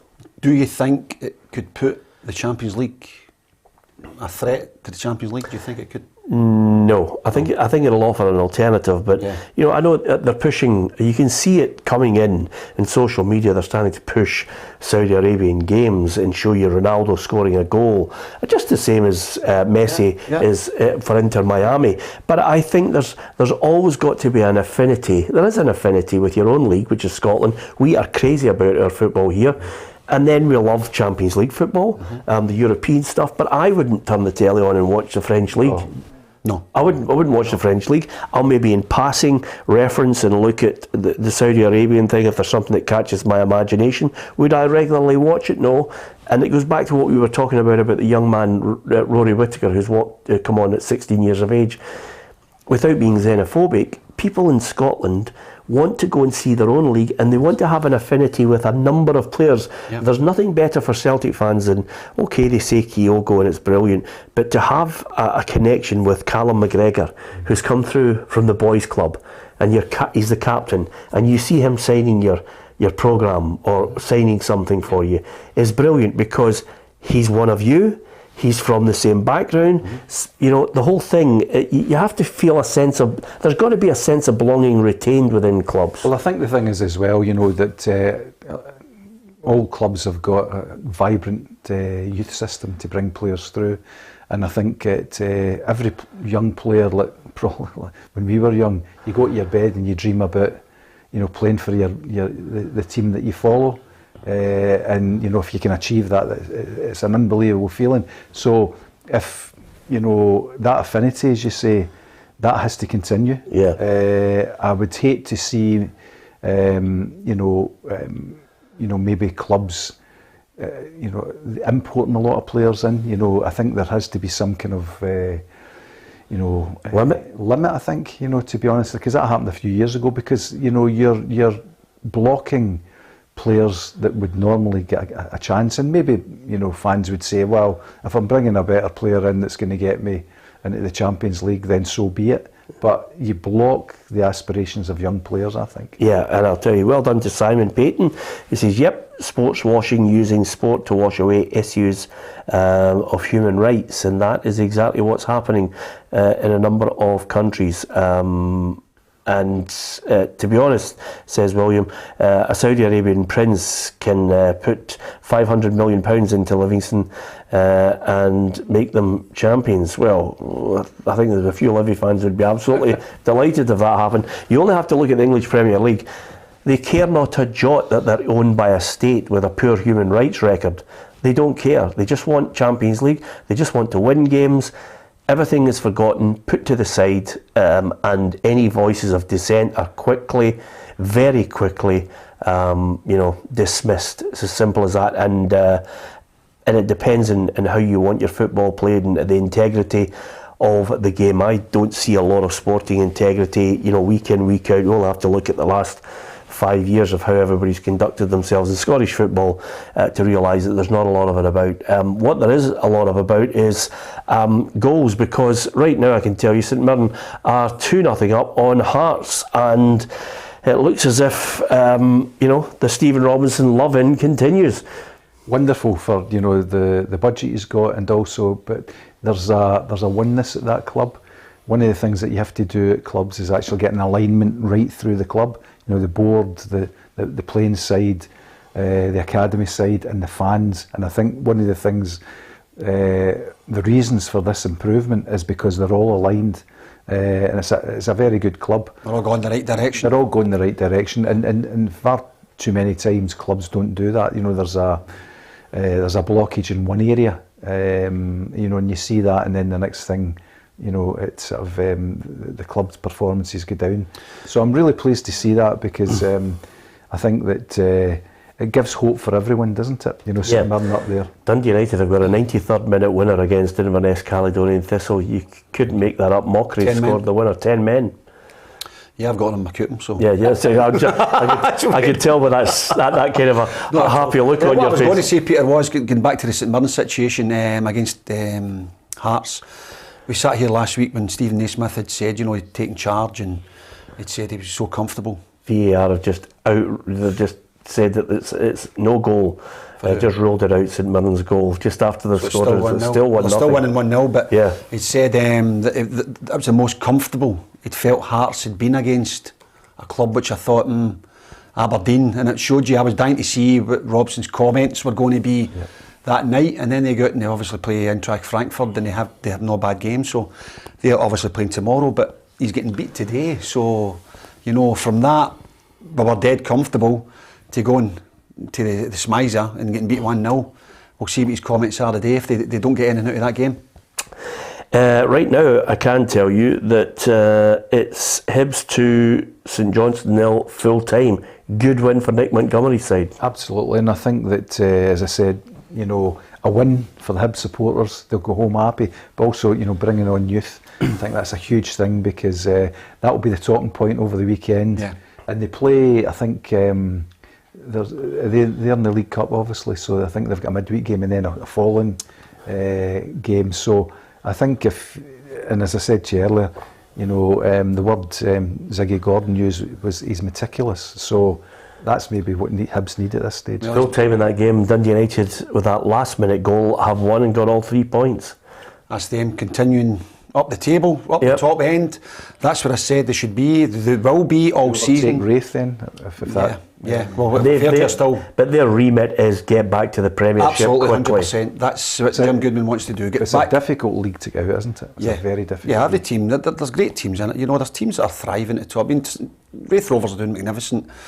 You've got Dunfermline in there again, who I think are winning. They're winning 2-0. Yeah. So there's rivalry in there, and teams take points off each other. 3-1 for Dunfermline now. So there you go. So I mean, they'll climb the table as well today, Peter. And Dundee United, I know, having been in the Championship, is that everybody wants to go and beat them.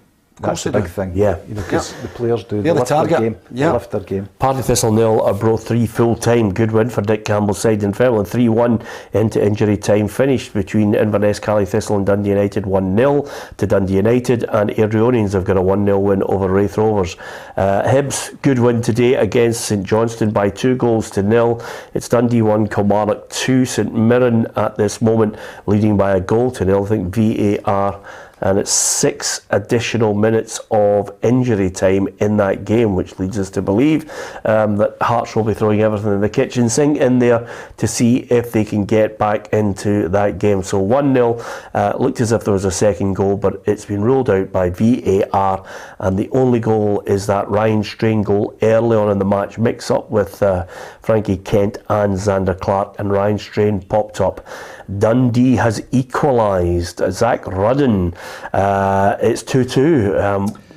10 men. It's a game of 10 men can do it. Some can, some can't. Well, it depends how you play against you in training. You're going to have to start playing against 10 men, and then you're going to have to 10 men. Fantastic. The manager will make all sorts of excuses, but coming through, I heard there was a kind of a dodgy VAR incident for the penalty for Kelly. So that's maybe a bit of justice for Dundee there. Yeah, absolutely. Some teams, as David mentioned there, regularly in midweek will practice going down to 10 men, how to play it against 11, and then you hope somehow that you will be getting that lucky break, and Dundee are back in at 2-2. Still some time to go there. You just wonder if there's time for a winner, because if there is time for a winner, then I'll get a small amount of points in the predictor. That's what it's all about. I want you to join it. I want you to join. You should join. I'm going to show you what to do. I'm going to have to show you, because I was just actually thinking about your St Mirren thing. Clark Kent. Maybe there was a mix-up between Clark Kent. Yes. I think for a phone box. I think what you call it, St Mirren's story is absolutely magnificent, and in effect, David Martindale last season, Stephen Robinson last season as well, Stuart Kettlewell last season, their performances and results for those teams, in a strange, perverse sort of way, has put immense pressure on other managers who end up getting sacked because their budgets are a fraction of the bigger teams. That's why when we speak about it, I'm quite surprised that Hibs were looking for a manager and they went down the Australian route, maybe to get the Ange Ball effect. That's we mentioned it again, Dave. But there's a lot of managers there that were thinking, Motherwell didn't want to lose Kettlewell. St Mirren fans don't want to lose Robinson, and David Martindale was kind of linked about with teams as well. So I think he's got a big job to try and convince the chairman to show a bit of mettle, and spine to say, I'm going to give him it despite his back catalogue. I think some people are a wee bit wary of it, and I think wrongly. But he's going to struggle this year. It's a real test of David Martindale. I'm surprised Aberdeen didn't go for Neil Lennon. I thought he was a chance. I'm surprised other clubs didn't look at Stephen Robinson. It was staring everybody in the face how good a manager he was.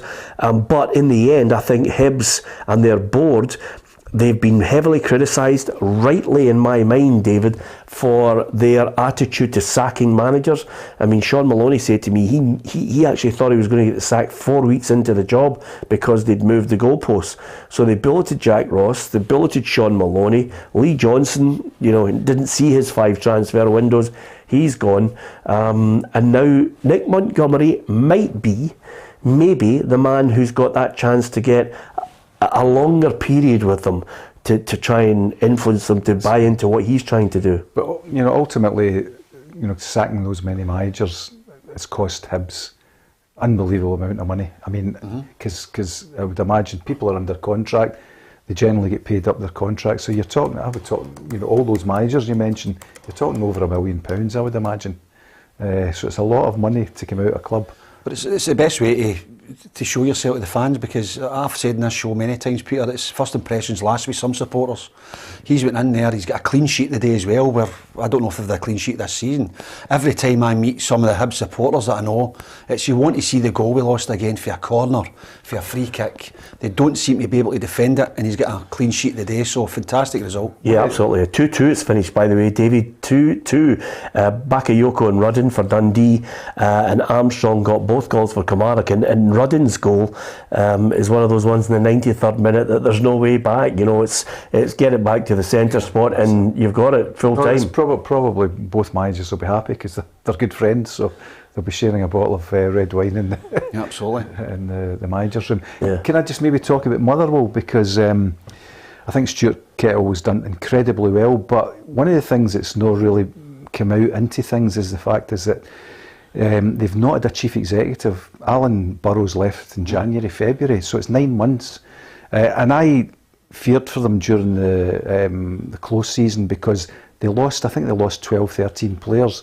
And, generally a chief executive works with a manager and the recruitment to try and get the players in. I know that one of the directors, Derek Weir, who's a really good guy, has stepped into that role. So it might be that he becomes the permanent chief executive there, but he's a Motherwell guy through and through, and he's really worked out very well with Stuart Kettle, because recruitment is important. And you look at the players. Remember when they said Van Veen's away, so Johnson's away, so it's going to be a really difficult season. But he's really turned that around. But Stuart's not, sorry Peter, he's came forward and he's told the situation that they had to get rid of some players. He's got a squad there, and there's no point in him keeping people that he doesn't think are going to get into his starting 12, 13, 14 of a squad. So they had to cost cut.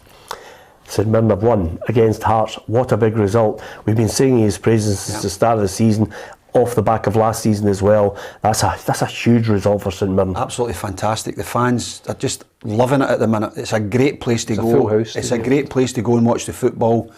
They get right behind their team, and I'm glad. I started my football career at St Mirren. St Mirren Boys Club signed an S form all years ago, and that was that was when Fergie was still there. Sir Alex Ferguson was still there, Davy. So I've always had a wee soft spot for St Mirren. I'm delighted for them. Thanks so much to so many of you for joining us and posting your messages on the feed. We are absolutely delighted that you are knowledgeable about your football and want to talk about it and give us your thoughts as well. William Smith says, Peter, who was the player called the Ghost for Leeds?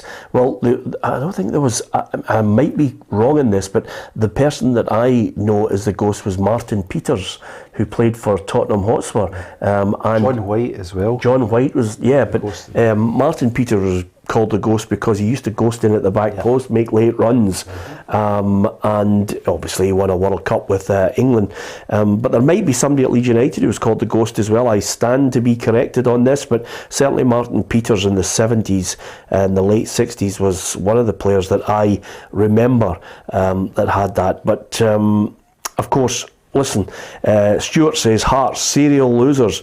Well, they're going to have to get something right, because the one thing about pressure of being a manager, especially having lived in that city, is if you're above Hibs, you know, all seems to be more acceptable in the world. But if this boy Nick Montgomery comes in and suddenly has them up above Hearts, the pressure's on Stevie Naismith. Well, it's always about managing the expectations, and you know, one of the things through clubs is that the expectations of the board might be we need to finish second or third. The fans might have the same.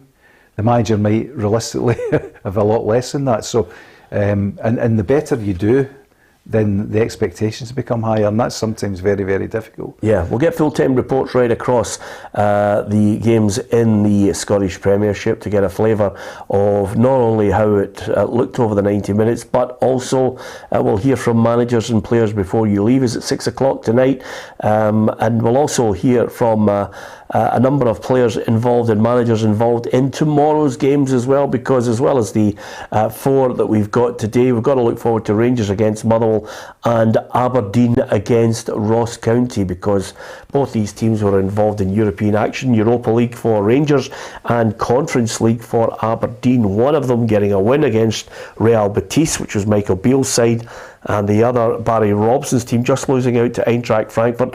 Can they bounce back with a win? And it is a huge game at Pittodrie for Aberdeen. We'll also, at this juncture, tell you that we will look towards the England-Scotland game from last night and hear from Pedro Martinez-Losa, the Scotland international women's coach, and we will also look ahead to the games down south tomorrow. There's a North London derby to look forward to. We love talking about football right across the board. Full time down south, Crystal Palace 0, Fulham 0, Luton Town 1, Wolverhampton Wanderers 1, and Manchester City 2, Nottingham Forest 0. That's with Rodri sent off as well. City able to see it out after Foden and Haaland had scored the goals for Manchester City. Brentford against Everton is at a 5:30 kickoff, and boy do Everton need to find points from somewhere. And then unusually on a Saturday night, Burnley against Manchester United is an 8 o'clock kickoff. Strange, but then again, television moves the games at any time. I think I've done the world record this week, Peter. Monday, Tuesday, Wednesday, Thursday, Friday, and tonight as well. Well, there we go. I'll be getting a divorce soon. That's what I was just about to say to you. Don't forget, if you know any one-bedroom flats for sale anywhere, then the big man is heading out the door. There is a, I don't know about you, I mean, I love the fact that you said that, but there is a... I shouldn't tell this story. There is a saturation point, but when my nephew and I lived in Edinburgh, we had a 2-bedroom flat, and we obviously had a relationship with 2 girlfriends, and one of them said to my nephew and I, who were watching football non-stop, you're no longer allowed to watch what she said was piddly games. She didn't allow piddly games. And we said, oh, right, okay. So we automatically looked at each other, and telepathically I said to my nephew, I didn't utter any words, I just, she's for the off, because, you've got to watch her football. And she came in the next week and said, what are you watching now? And I think we said, Davy, this is Leyton Orient against Accrington Stanley. It's huge implications for the for the second division in England. It's funny, it's true, because every single football game, and you know yourself, some of them are dire. And my sister watches every game that's going. It's the unpredictability. My wife says to me, well, why are you watching that game? Because I don't know what's going to happen. Aye. But it could be the best game that brilliant. I've ever seen. Well, I was actually kidding the lads on during the week there, Peter, and it was, I think it was a Monday night game, Nottingham Forest were at home. Again, was it Burnley they were playing? Am I right in saying that? It was a good game. And after watching all the games at the weekend, and everybody's probably the same boat, I says, I'm going to give this a go. Yeah. And I was saying to the guys, I says, this will be the best game of the weekend, and it was absolutely fantastic. I thoroughly enjoyed it, because sometimes the unfashionable clubs can conjure up a better game than Tottenham against Arsenal, you know, so some teams it works like that. Yeah, there are some games though that I think is just beyond the pale where I'm not going to watch them.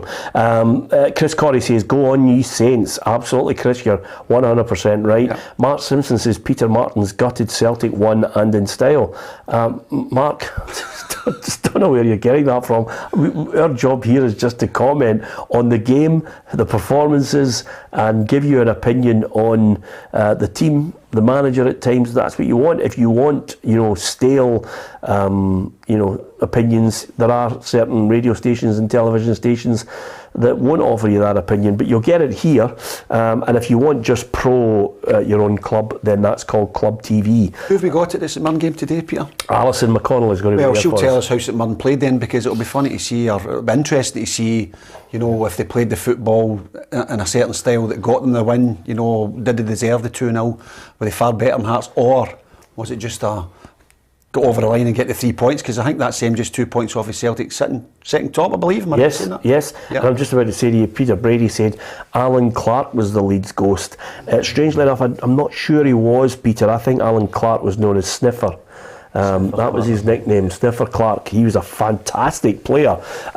If you are a fan of Scottish Premiership football, which we are, and the lower divisions as well, then of course this is indeed the show for you, because we can bring you the full-time scores, the reaction from the managers and players, and we also have the breaking news at your fingertips if you download the app. But if you subscribe to PLZ Soccer's YouTube channel, you'll be able to get the reports on the games, because Patrick Mullen was out there to see Nick Montgomery's side at Easter Road.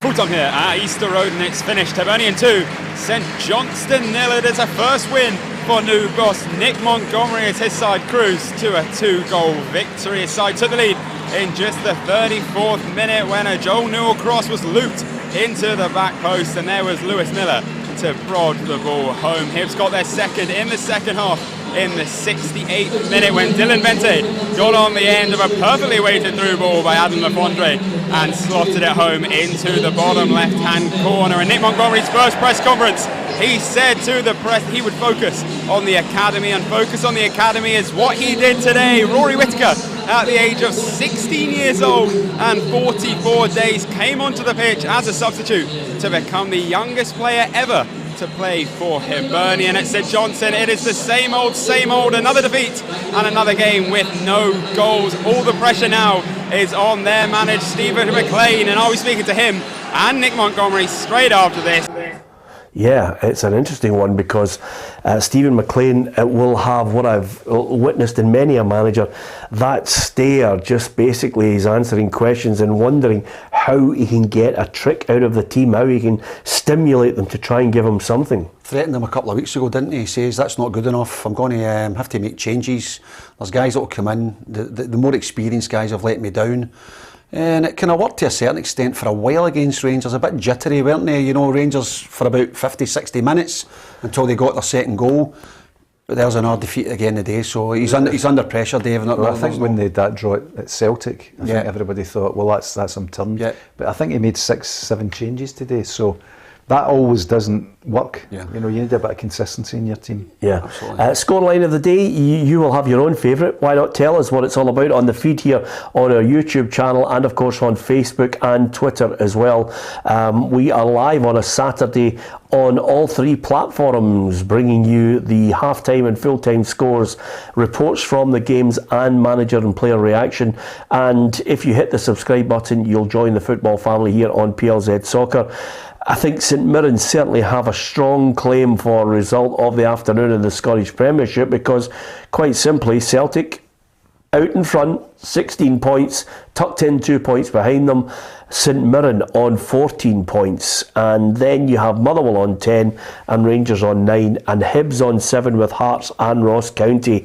And then you're going into the bottom half of the table where St Johnstone and Aberdeen are propping up the bottom of the Scottish Premiership. And with that in mind, I've been looking at the way the league finishes year in, year out, and more often than not, avoid playoff or relegation is somewhere between 37 and 40. And if you can get the magical 37 to 40 points, you will not be involved in it. St Mirren are on 14. Well, you know, the way that Stephen Robinson looks at the game, you might be saying, well, we're only needing so many more points to avoid relegation. But I think one of the things that I've always found in football, both in the Premiership and the Championship, is that if you start badly, you're going to be around the bottom at the end of the season, because it's a mindset. Defeat becomes normal and acceptable with the players, as does winning, and winning has become normal for St Mirren players. That's 11 in a row, I think, that's without defeat. Yeah, so that's where I fear for Aberdeen, because you know they're hitting games, they're not picking up points. That's a massive game tomorrow, Peter. That's I'm going to be watching that. That is a big game, because if he doesn't take 3 points for that and drops any points against a Ross County team that are, you know, they get wired in. Malky's got them playing well. I think he has to win that, or he's severely under pressure tomorrow. Yeah, it's a strange situation, because obviously, listen, and it's not, maybe we are guilty of buying into the way the whole culture is now of looking for that quick fix and saying a manager under pressure, should he be sacked? But listen, you only have to look at last season. 8 managers sacked in the top flight in the Scottish Premiership, and some of them were bumped after 7 games. I give you, Jack Ross at Dundee United, and when you look at Aberdeen's record, they've only got 1 win against Stirling in the League Cup. After that, 3 draws and then 5 defeats. So it is dismal stuff for the Dons, and it all started so well with high hopes of the way Barry Robson had ended last season. So he's got to try and get something against a Ross County side. Let's not forget Ross County with Malky Mackay. He's an experienced coach. He knows how to get the best out of players, and they, in contrast to Aberdeen, have managed to get 6 wins out of their games and only 2 draws and 2 defeats. That's good going. Well, I spoke to Malky Mackay when they played Airdrie, and he said to me, he says one of the problems I've always got is, he says, there's a turnaround of players at the end of the season, because sometimes a year up in Dingwall is, particularly for the players coming from down south, they don't fit in with the local community, and they find it a bit isolating at times, so they want to go back into into cities and things like that. He said, so it's always a transition, and if there's a transition, you might be lucky and sign the right players, and you might be unlucky. But he's certainly, when I saw them this season, I thought he's brought in some really good players. He's got a blend of experience and youth. So I think that he's starting to build Ross County this season. I think they're going to have a good season. Yeah. Certainly, I don't think they'll be in the relegation. And it just shows you it's an amazing turnaround for being 12-13 minutes away from Partick Thistle. Relegate them, relegate them, so they've turned the corner. I think they can go to 10 points if they win tomorrow against Aberdeen, which is brilliant for Ross County. Moves them up the table depending on the Rangers and Motherwell score.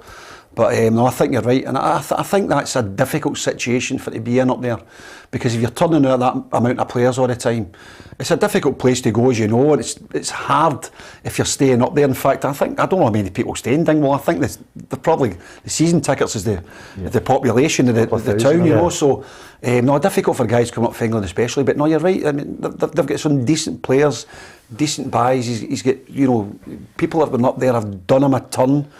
But this is a big season for them, because as you say, if you start the season well, usually you end up, for a team like Ross County, try to hit that position 6. Yeah, a story of the Scottish Premiership so far: Livingston 0, Celtic 3, Dundee 2, Kilmarnock 2, Hibernian 2, St Johnstone 0, and over in Paisley, St Mirren 1, Heart of Midlothian 0. The story of that game from Alison McConnell. St Mirren 1, Hearts 0. Ryan Strain netted the only goal of the game here in Paisley to separate the sides and sustain that formidable start to the campaign for Stephen Robinson's side. They are now just 2 points off the pace at the top of the table behind Celtic. It's been an excellent start, and they were well worth the win here against Hearts. Unbelievably, they had the ball in the net 4 times this afternoon, with 3 goals chopped off, 1 for a high boot, 1 for a fairly soft foul in the build-up, and then the latter just 4 minutes from time, when Alex Grieve had to endure a fairly lengthy VAR check before his effort was chopped off. Hearts were fairly toothless in attack. They had one moment of note in the second period when Cammy Devlin latched onto a long Lauren Shankland effort that Zach Hemming touched past the post. You'd have to say, however, though, that St Mirren were well worth the win. An excellent start to this campaign from Stephen Robinson's side. Stay tuned to PLZ Soccer, and we'll bring you all the player and manager reaction on PLZ Soccer's YouTube channel. Yeah, Allison out there and well worthy of their win. Could have been 4-0. There you go. So that's the question we wanted to know. Did they dominate? Well, it definitely looks like they did dominate. So it could have been 2-0 if it wasn't for VAR. But having the ball in the net 4 times, that's some win for them. Yeah, absolutely. Superb. Absolutely. The score of the day in the Scottish Premiership. How many people would have predicted St Mirren to get the win there? It's a great start to the season for them, and they are well worthy of their lofty position, just tucked in behind Celtic. So we've heard from everyone in the Scottish Premiership. Let me tell you what's happened in the Championship. Hibernians 1, Wraith Rovers 0, Dunfermline 3, Greenock Morton 1, Inverness Cali Thistle 0, Dundee United 1. It was a late winner there for United, and Partick Thistle 0, Arbroath 3. Into Scottish League 1, Annan Athletic 1, Alloa Athletic 1, Edinburgh City 2, Cove Rangers 2, Montrose 1, Stirling Albion 0, and Queen of the South 1, Hamilton Accies 2. Bonnyrigg Rose 0, Stenhousemuir 1 in Scottish League 2, Clyde 2, Elgin 1, Dumbarton 0, Peterhead 1, Stranraer 0, Forfar Athletic 2, and Spartans 2, East Fife 2. That's how it looks in Scotland. In the English Premier League, Crystal Palace 0, Fulham 0, Luton Town 1, Wolverhampton Wanderers 1, and Manchester City 2, Nottingham Forest 0. We are 10 minutes away from kick-off, and Brentford against Everton and Burnley against Manchester United is an 8 o'clock kick-off. So Rangers Motherwell tomorrow. Borna Barisic right after the game in midweek, the 1-0 defeat of Real Betis, was well happy with being in that winning team, and he said he saw signs of the team that he knows Rangers can be. Yes, absolutely. I think that these 2 wins are very big, very important. Today I felt like we are all the Rangers. I would say that we are on a good way. I feel now that I'm very happy. People are happy. The dressing room is happy. So we just need to continue like this. There is games every 3-4 days, so schedule is very busy.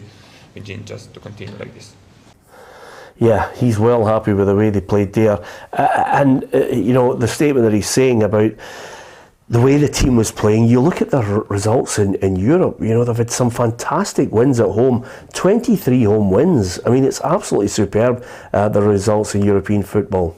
Well, it's all about winning, isn't it? And that's the thing. And as the fans in the first half, fans were turning on them a wee bit because I don't think they were quite enamoured with the way that they were trying to push forward. But at the end of the day, a lot of the fans would have gone home very, very happy.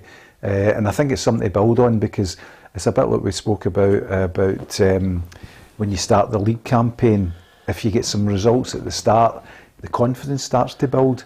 And I think winning that first game will put Rangers in a good position going forward. It's a very tough league as well, but I think lots of interesting games ahead for them. But I think they're in a relatively good position. We're getting 3 points on the board straight away. Yeah, it helps when you're winning your home games. And since 2017, I mentioned 23 wins, 6 draws, only 3 defeats. Yeah, and you spoke about earlier on about Betis trying to, go down that right-hand side and try and get in. And the best player probably was out in the left wing, the young boy kept cutting inside, and I think Butland made a couple of great saves off him.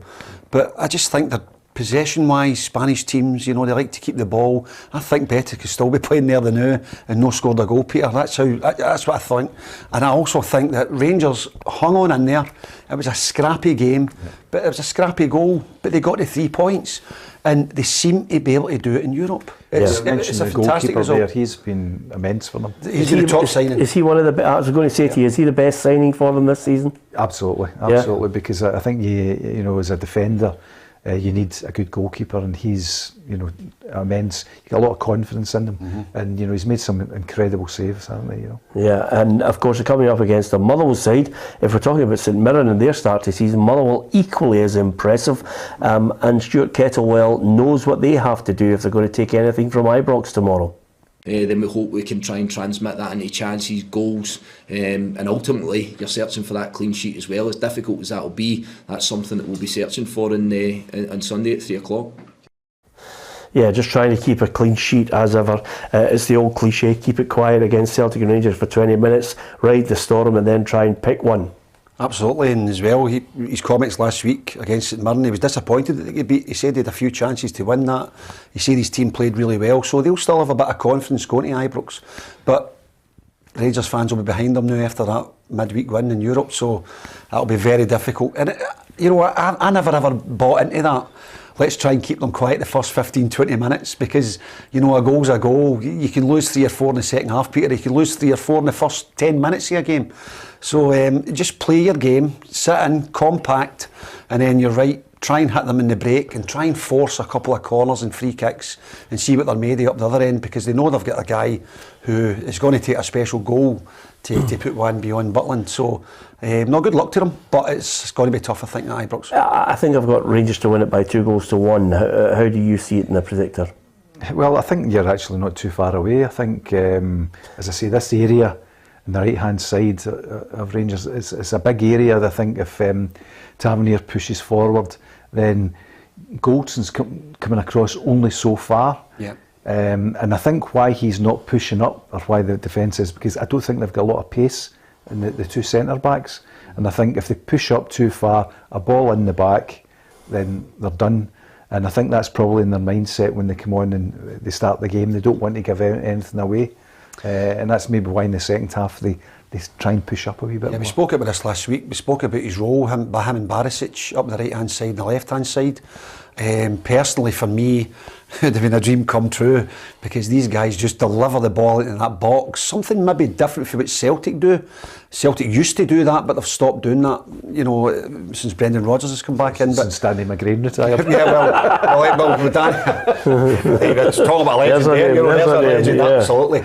But I mean, sometimes you've got to take the good with the bad, Peter, and I totally agree with what you said to us last week. The amount of goals that Tavernier has scored, and I come back with, but he's lost an awful lot at the back. But, at the end of his career, people will always look at how many goals he'd scored for Rangers. But see, would you know, tactically, and I don't know why Rangers maybe haven't done that. See if you play 3 at the back, right, and basically, they're actually Goldson's out on the right-hand side a wee bit towards more, that side, right, and you've got 5 in midfield with Tavernier out wide in the right. Then that's a lot better. You think he's better than a 3-5-2? Oh, absolutely, absolutely, because as a defender, the first thing you think about is defending. Yeah. And also the fact is that you're saying the two that the full-backs get forward. The first, when I went to Arsenal, I was there for 4 years, and they taught you how to defend. And what they said was, if you're playing right back and someone else is playing left back, if they go forward, you sit in. If you're going forward, they'll sit in, because you need that cover at the back. But sometimes I watch Rangers and the two full-backs are away in the final third, and there's a huge gap in there. Yeah. Yes. Look at the goals Tavernier scored at the back post for Barisic cross. So, but anybody who criticises the boy, I've tried to look at it, and both ways, and have a balance with it on him. Anybody who looks at that boy and thinks, okay, we as British people and Scottish people tend to look at the glass sometimes half empty, and you look at the negativities of what he can't do rather than what he does, and does very well. And he is not the reason why Rangers failed miserably last season and couldn't stop Celtic. He's not the reason. No. The rest of the centre of defence is the reason. He scored 104 goals, and when history ends at the end of his career, it will look back on it favourably. If you were given the choice of saying, listen, I'm going to get you a player who's a right back, who'll be your captain, he'll score 104 goals, but he's maybe gets caught out when the ball goes in behind him. Do you want him? Hello? I agree with you, but see if he's playing forward, right? He's now concentrating his forward, and people are accepting that. He doesn't have to think defensively a lot of the time, just sometimes getting back, and that's what in my opinion what should happen. Because I think I agree with you 100%. He's been a brilliant servant to Rangers, and what he's actually contributed has been immense, absolutely immense. Well, let's hear from a man who's under a fair bit of pressure now. St Johnstone manager Stephen McLean after that 2-0 defeat to Hibs today at Easter Road. Yeah, no, totally. I think the goals we're conceding just now are poor. A second phase set play again. Somebody just doesn't do their job at the back post. So yeah, it's poor from us, and I think you just hit the nail on the head. I think we were well in the game. We're frustrating them. I think we actually could have done better. We had a lot of opportunities first half. I think we had loads of opportunities in the transition, and with just a final pass or final ball, cost us our final run or whatever. But yeah, he's highlighting the mistakes that are being made, week in, week out at the moment. It's trying to stop them. That's the difficulty. It's not even scoring at the other end, Peter. So, I mean, you can't have it both ways. You're either an attacking manager or you're boring and you just go for clean sheets every week. You can't have it both ways. I mean, Patrick, in the summing up of the game, didn't really highlight any clear-cut chances for St Johnstone, so it doesn't look as if they're creating any chances.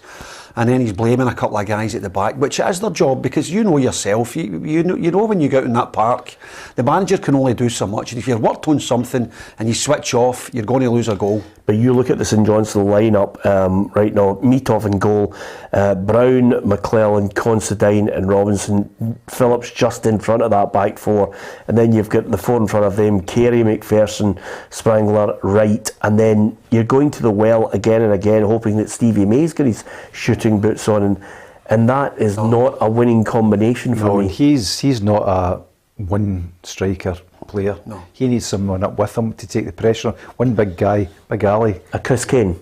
Aye. Yeah. Absolutely. Yeah. The Constantine's into the back. There's a guy with how many games? 600-700 games with him. Yeah, easily. So he's got to be the leader. He's got to organise guys on that part. It's not the manager. He's the leader on that part. And for set pieces and set plays, and by the way, they're up against a very tricky Hibs side. They're quick up front. Yeah. So Tommy says here, I'm a St Johnstone supporter for over 50 years. We're going down. He knows better than any, then he's watched them for 50 years. Yeah. He doesn't see any confidence in the manager and doesn't see any spark out in the park. So when up front, you're not going to win many games, I don't think, because you're not scoring. As you say, you're losing them. They've got a very good goalkeeper. Meathoff. Yeah. The problem with it is, and this is the key to it all, and it was the key to St Johnstone's successes in the cup tournaments as well. When they had a solid back four, they built the whole team off that. They then got the counter attack. They then got goals. They had a solid back. It's not rocket science, David. No. They had the Scottish Cafu. The Scottish Cafu at the right back. He was bombing up. Rooney. Yeah, absolutely fantastic phenomenal for them. I mean, Sean what a was season! What a season he had. Yeah. So they had it all. But that's the thing, is, and that's the owners that I know very well, really brilliant guys. They've been custodians of the club for so many years. They want to quite rightly offload it. The Browns, but that's a transition period again.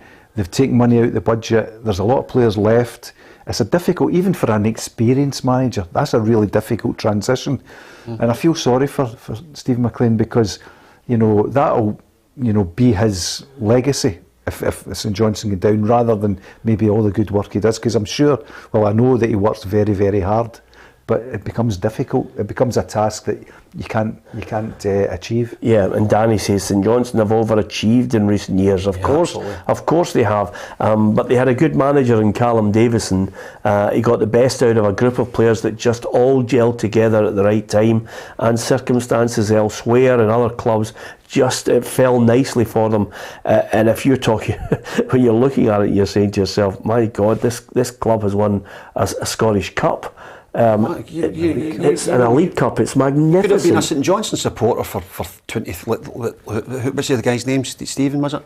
20, 30 years, 40 years, and no seen winning a trophy. And should be a statue. Just for the couple of years, them winning the cups. Yeah.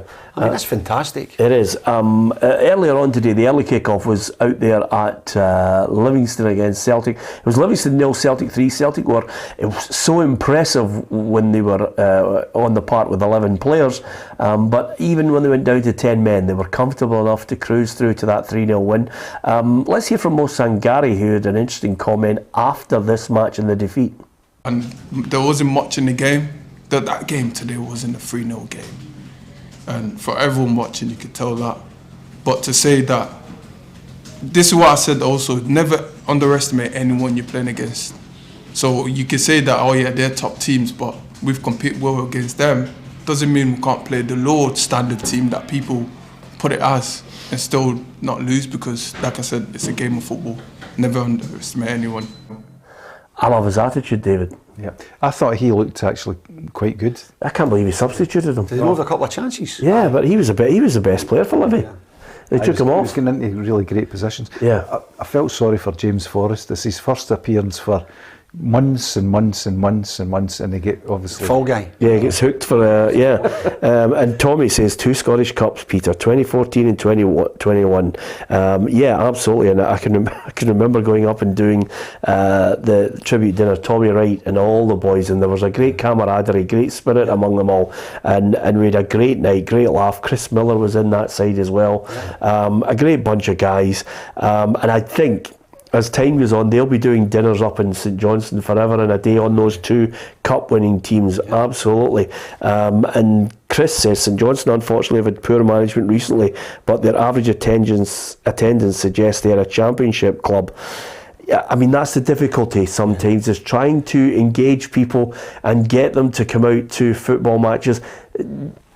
Maybe I'm just being a little bit critical of it, but I think if there was a greater sense of a collective unit in the SPFL for the betterment of every club, there could be a collective attitude towards marketing it, much the way as the NFL. I would like to see that adopted in this country, David, where you try and quite simply get people out to games by engaging in a very strong marketing campaign collectively. I agree with you. I think the distribution of the money doesn't help very often, you know, because I remember trying to get an SPL2, 2008, and I remember it was blocked by the SPL at the time, and basically I remember the following season, one of the teams that had been relegated, their chairman phoned me and he said, "Well, see that SPL2 idea you had, can we resurrect it?" Because when you're in the league, in the top league, you're dining out.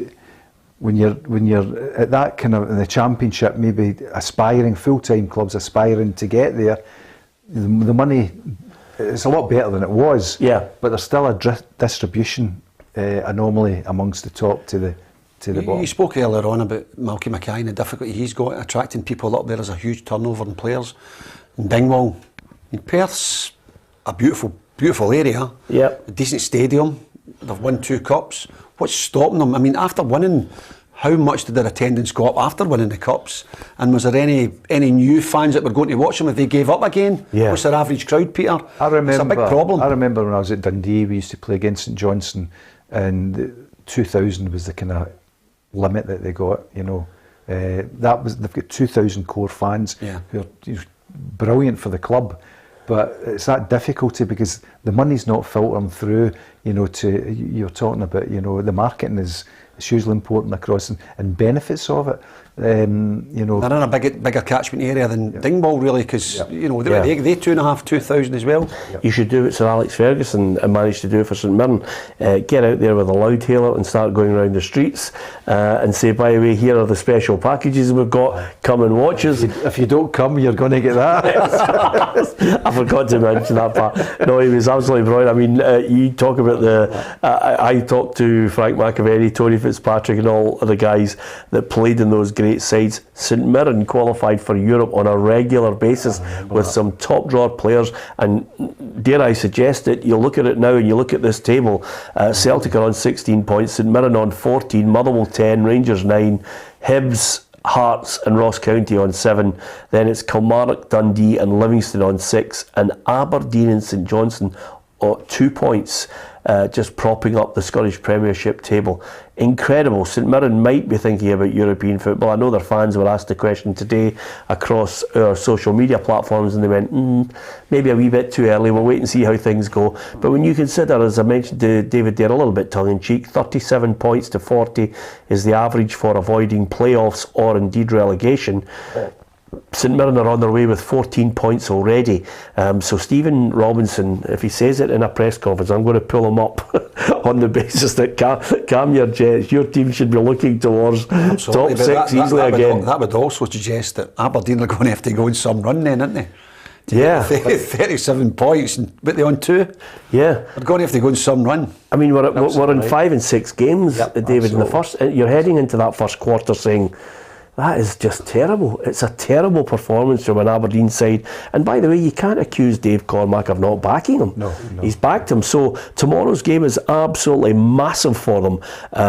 Aberdeen against Ross County. What do you think about it? I've got Aberdeen and Ross. I think I've gone for a draw on that one. Ali, what did you go? You're not too confident. Well, I'm not on it. You're going to have to put me on it. Yeah. But I mean, I would actually think I can see Ross County getting a goal there, and if they score first, then you know what happens there.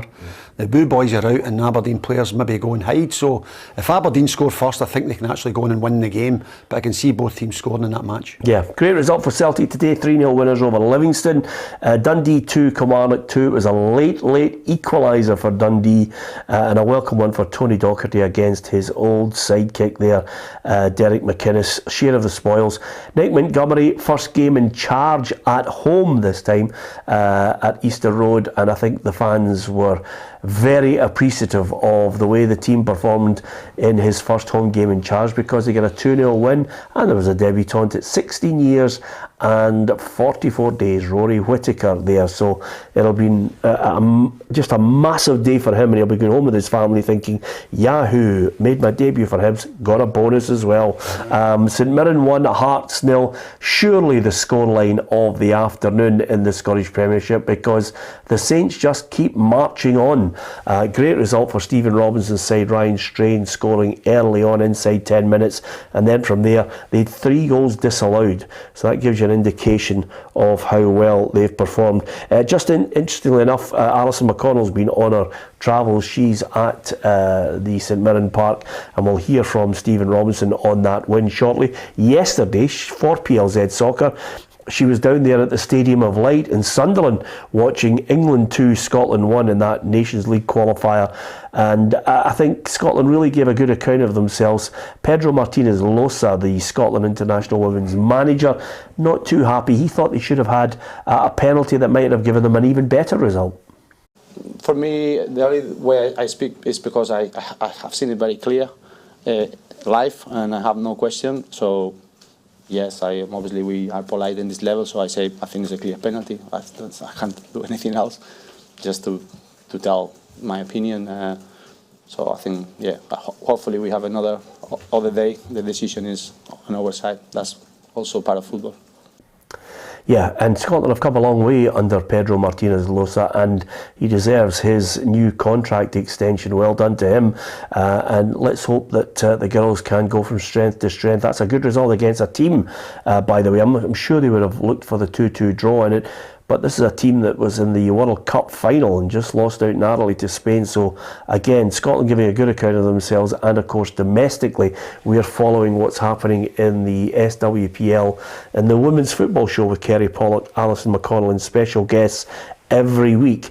Down south in the English Premiership today, it finished Crystal Palace 0, Fulham 0, Luton Town 1, Wolverhampton Wanderers 1, and then Manchester City 2-0 winners over Nottingham Forest. It's underway between Brentford and Everton. Everton a goal up in that match already, which is great news for the Toffees, because if they slip out of the league with that huge financial burden of that new stadium, it could be difficult in the Championship for them. Burnley against Man United, 8 o'clock tonight. And let's not forget also tomorrow, one of Davies' old clubs, Arsenal, are in action against Tottenham Hotspur.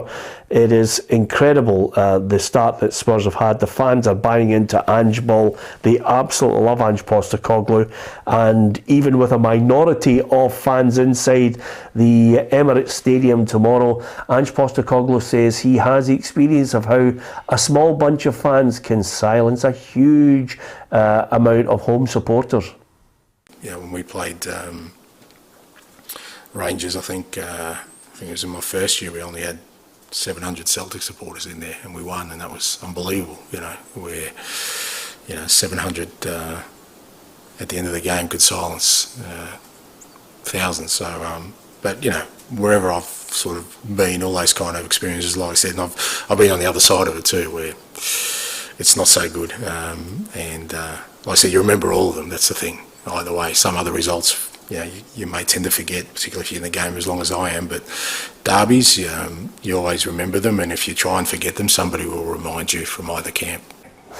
Yeah, that's the joy of it. And of course, everybody thinks their derby is the most special of all. And in North London, the bragging rights between Arsenal and Tottenham is huge. Absolutely. I mean, it's incredible down there, as it is Rangers Celtic. But I think that they tend to take it more as a kind of they have laughs with each other, you know. So they give each other verbal abuse, and it's taken. Because they realise, well, it could be our turn the next, and then it turns round. I think this is a big test for Ange tomorrow. I think against a really an Arsenal team that are showing their mettle at the minute, and they're turning it on. They're playing really well, and he's got the squad playing for him. So I fancy Arsenal in that one, but we'll see. So they are. But I think if you look at PSV, 4-0 they beat them. Yeah. In midweek, and PSV obviously did very well against Rangers, and you would think they were a decent team, but they really annihilated them, didn't they? Absolutely. Listen, let's go to Easter Road, because Patrick Mullen is there for us. He's watched Nick Montgomery get his first win as Hibs boss at home. Did you see signs of something that suddenly the Easter Road fans are going to get excited about, Patrick? Yeah, Peter, you can definitely see some progression under Nick Montgomery. His side were looking to play possession football, passing out from the back. And yes, at times it did cause them problems. They were giving the ball away.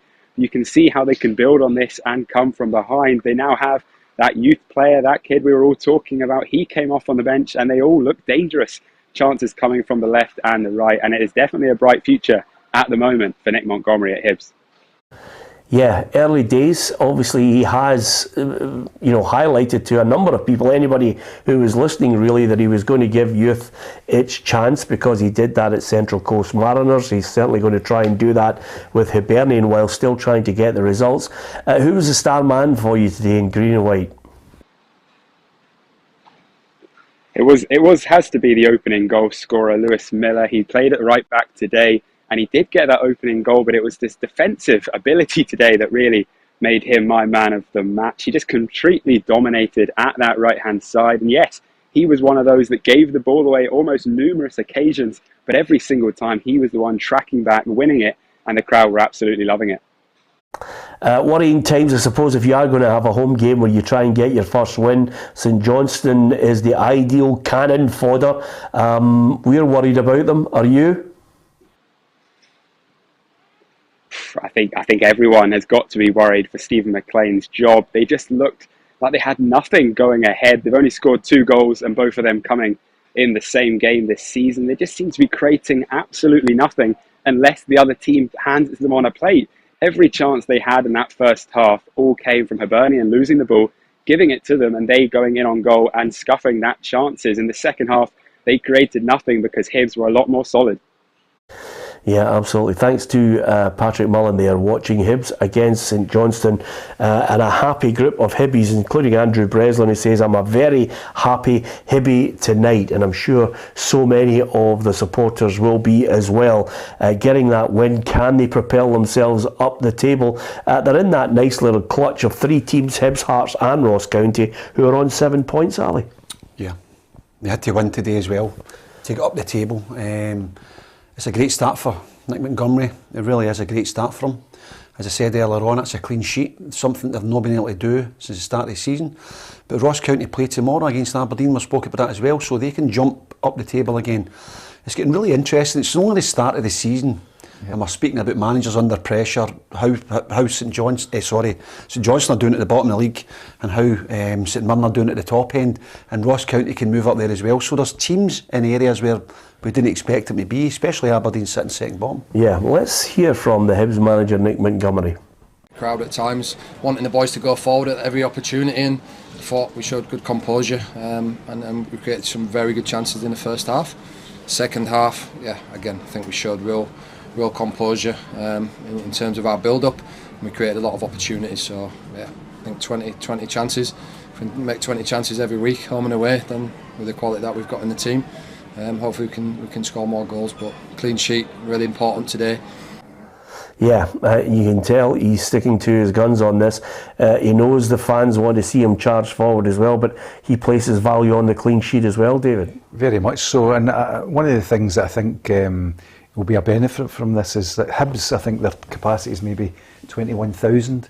They generally get about 17,000, 18,000, so you know the fans will return in their numbers if they continue this. And you actually think about it in monetary terms, it's you know, with my CEO hat, I'm thinking that's £250,000 a month that you could possibly get back in, you know, if you start to get these fans back. And it's a big, big thing, you know, when it comes to the end of the season. Because I was with Hamilton when Hibs were relegated, and, you know, the whole place was devastated by it. So I think, you know, every, you know, person I think wants to see, you know, a Hearts and a Hibs and an Aberdeen performing well, because the crowds start to support them. Well, if you're looking at the best travelling support in the Scottish Premiership, you've mentioned Hibs, definitely. When they start getting on a run, the fans certainly travel in great numbers. Hearts equally so, and Aberdeen with the amount of miles that they need to cover, but they've got a great travelling support as well when they're doing well. And by the way, in midweek, Ali, there was only 2,000 of them, but the 2,000 fans absolutely loved going to Germany because, you know, they've heard of the great Aberdeen teams of the past and the trips away, and this generation want to sample that. Absolutely, that's where you want to be. You want to get to Europe, you want to go and watch your team. I mean, there was a couple of friends of mine when Hibs were in Europe. Speaking of Hibs there, they were over in, was it Switzerland, Peter? And one of them was in his late 60s and he'd never been to see Hibs abroad. And he went to the game in Switzerland, and that's what it's all about. That's where you want to be. And it's quite interesting, going back to the Hibs game, Peter, I'm just looking at the clean sheet situation where Hibs have relied on Hanlon and Stevenson for so long. They've been there for forever. And they were starting to get found out a wee bit. There was a wee bit of kind of people calling for David Marshall to get left out of the team as well, though Marshall played. But they went with a solid back four today, and Hanlon and Stevenson aren't in that anymore. So maybe Robinson's went, you know what, it's time maybe for these guys to take a wee back seat and get some other, you know, guys in there that are a bit younger. Big Fish has come in, done well. Big Rocky was beside him today, so he's maybe trying for a more solid back four, and it's worked for them. Well, I wouldn't be critical of Stevenson. He's served his time. No, absolutely not. He's got great credit for his time. I mean, he's been asked to go to the well at times when they should have actually been looking for recruitments. Admittedly, they had Josh Doig and then punted him on for good money. Yep, but they've. You're absolutely right. But I think the thing is that you know, a new manager came in. You know, what I understand, he said to the players, "Look, everybody's got a clean sheet here. You'll all get a chance if I believe." And he brought in a guy who'd been out for, I think, over a year in the line-up today. And I'll see how he performed. But, you know, he will play players and he'll leave players out because he's got, you know, obviously an agenda to win games. Well, the back four was Miller, Fish, Bashiri and Obita today, so Boyle, Newell, Jago, Tavares, Venti and Tavares is the boy that was out for. He's not played for a couple of years, I think. And listen, Venti scored. He's on a good wage there. I mean, they backed him with the money for Lee Johnson when he asked for it. Venti's on good money. Lewis Miller gets a goal. They've got a 2-0 win, and great credit to them. They're nicely positioned there to give. I think it's a nice platform for Nick Montgomery to go and try and work his magic to see if he can indeed get them up the table, looking towards the top places where you can get European football. And certainly on the evidence of what Rangers achieved in midweek, the coefficient for Scotland is looking good because, let's not forget, guys, next year and next season, the new format of Champions League football kicks in, which is just basically a licence to print money. And, you know, teams from Scotland could be banking somewhere in the region of 50-60 million the way this new format works. Absolutely brilliant. I mean, Rangers have carried the can for so long, haven't they? They've done really well in Europe. It's time Celtic. I mean, you look at Brendan Rodgers' record in Europe as well, Peter, even before his record with Celtic before, even at Liverpool, it wasn't fantastic. They've got to get some sort of a formula to try and get the coefficient even better and try and get some wins behind them. Because some of the Celtic fans, as I said at the top of the show, are a wee bit angry at the fact that they can't seem to do it in the Champions League, even win a couple of games at home. But they're still doing it in the league. There's Rangers can turf out a result against a top team, a top Spanish team. So Celtic need to pull their socks up a wee bit and start getting some points. Clubs actually, you know, out with the clubs that are competing in Europe sharing that coefficient money. So the money filters down into the clubs, which is great, Yeah, absolutely. Let's have a look at the table to see how it all has panned out today. Still 2 games to go tomorrow. Celtic in the top position, St Mirren tucked in behind them with a brilliant start to the season.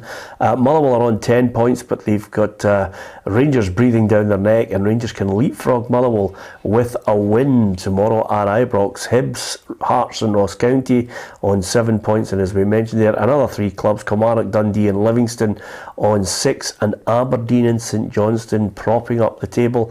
Aberdeen, huge game. Can they deliver a win for their fans who thought they were going to go on to a really good season this season? It hasn't quite materialised, and that's how it looks at the moment. It's surprising, isn't it? Even with a win, they're still sitting second bottom tomorrow. But see, the thing that is also, a great indicator is the fact is the goal difference. And if you look, that's -8 and -6. Yeah. That's almost like 2 or 3 points to try and pull back, when it comes to the end of the season. Because, when you actually think about it, you need to get +8 to get back to 0 again, so it's difficult. Yeah, absolutely. Of course, it all kicked off earlier this afternoon at the Tony Macaroni Arena. Our man Adam Binney was there for this one. He watched Livingston 0, Celtic 3. Celtic reduced to 10 men. Joe Hart was sent off. Red card for taking the Livingston attacker out on the edge of the box.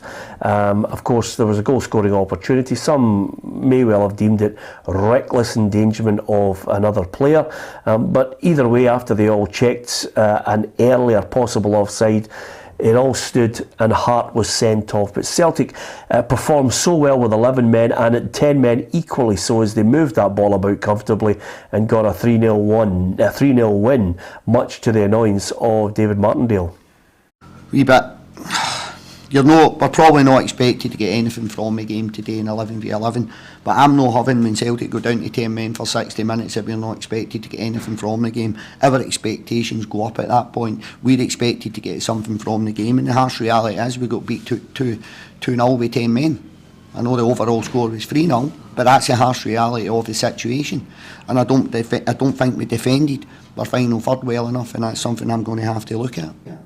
Yeah, and the third goal from Maeda really was the icing on the cake for a player whose work rate is phenomenal. I just think every team should have a Maeda in it, because where are they, Ali? I mean, exactly. I mean, by the way, I've got guys that actually don't think he's any good, mates, and I just think he's absolutely fantastic to have in your team away from home in Europe, Davey. You can pop. I remember the goal he scored against Hibs at Easter Road last season. I mean, that was quite similar today, only on his left foot with his checked inside, don't you? And he's top corner. As a player, you're loving it to give it to a player that can actually take the ball up the pitch and get into the final third. Well, the last 5-6 minutes of a game, you're looking for somebody like him just to go and get us a corner, go and get us a throw-in up there. Can you, off the top of your head, what did he cost?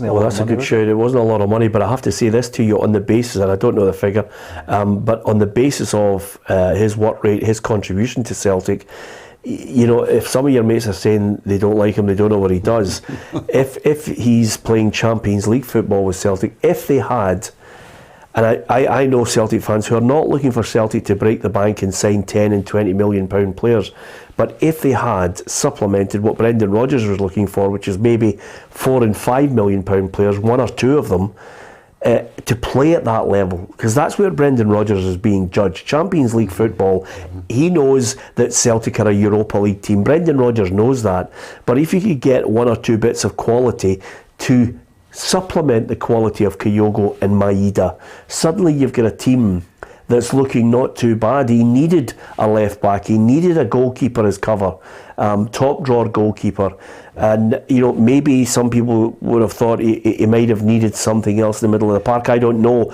but I know one thing: he didn't get the quality that would have supplemented Maeda. You need different players in a team, as you know, David. Absolutely. There's a train potentially coming their way during the transfer window, because if he continues that form, particularly if he shows that in Europe, someone will come in and say, I'll buy him for 15-20 million. What will Celtic say then? Well, say he costs us £1 million or £2 million. Oh, he's away. He's away, isn't he? So and no disrespect to the board, that's what they should be doing, because if you look at the record of Celtic's board in selling players on, and their record in European football as a club, it's phenomenal. Yeah. Not only that. The thing is, if anything happens to Kyogo, he's the replacement. He played up front in the World Cup for Japan, scored a goal. He doesn't give the two centre halves any time whatsoever. He's a nightmare to play against. He scores goals and he works for the team.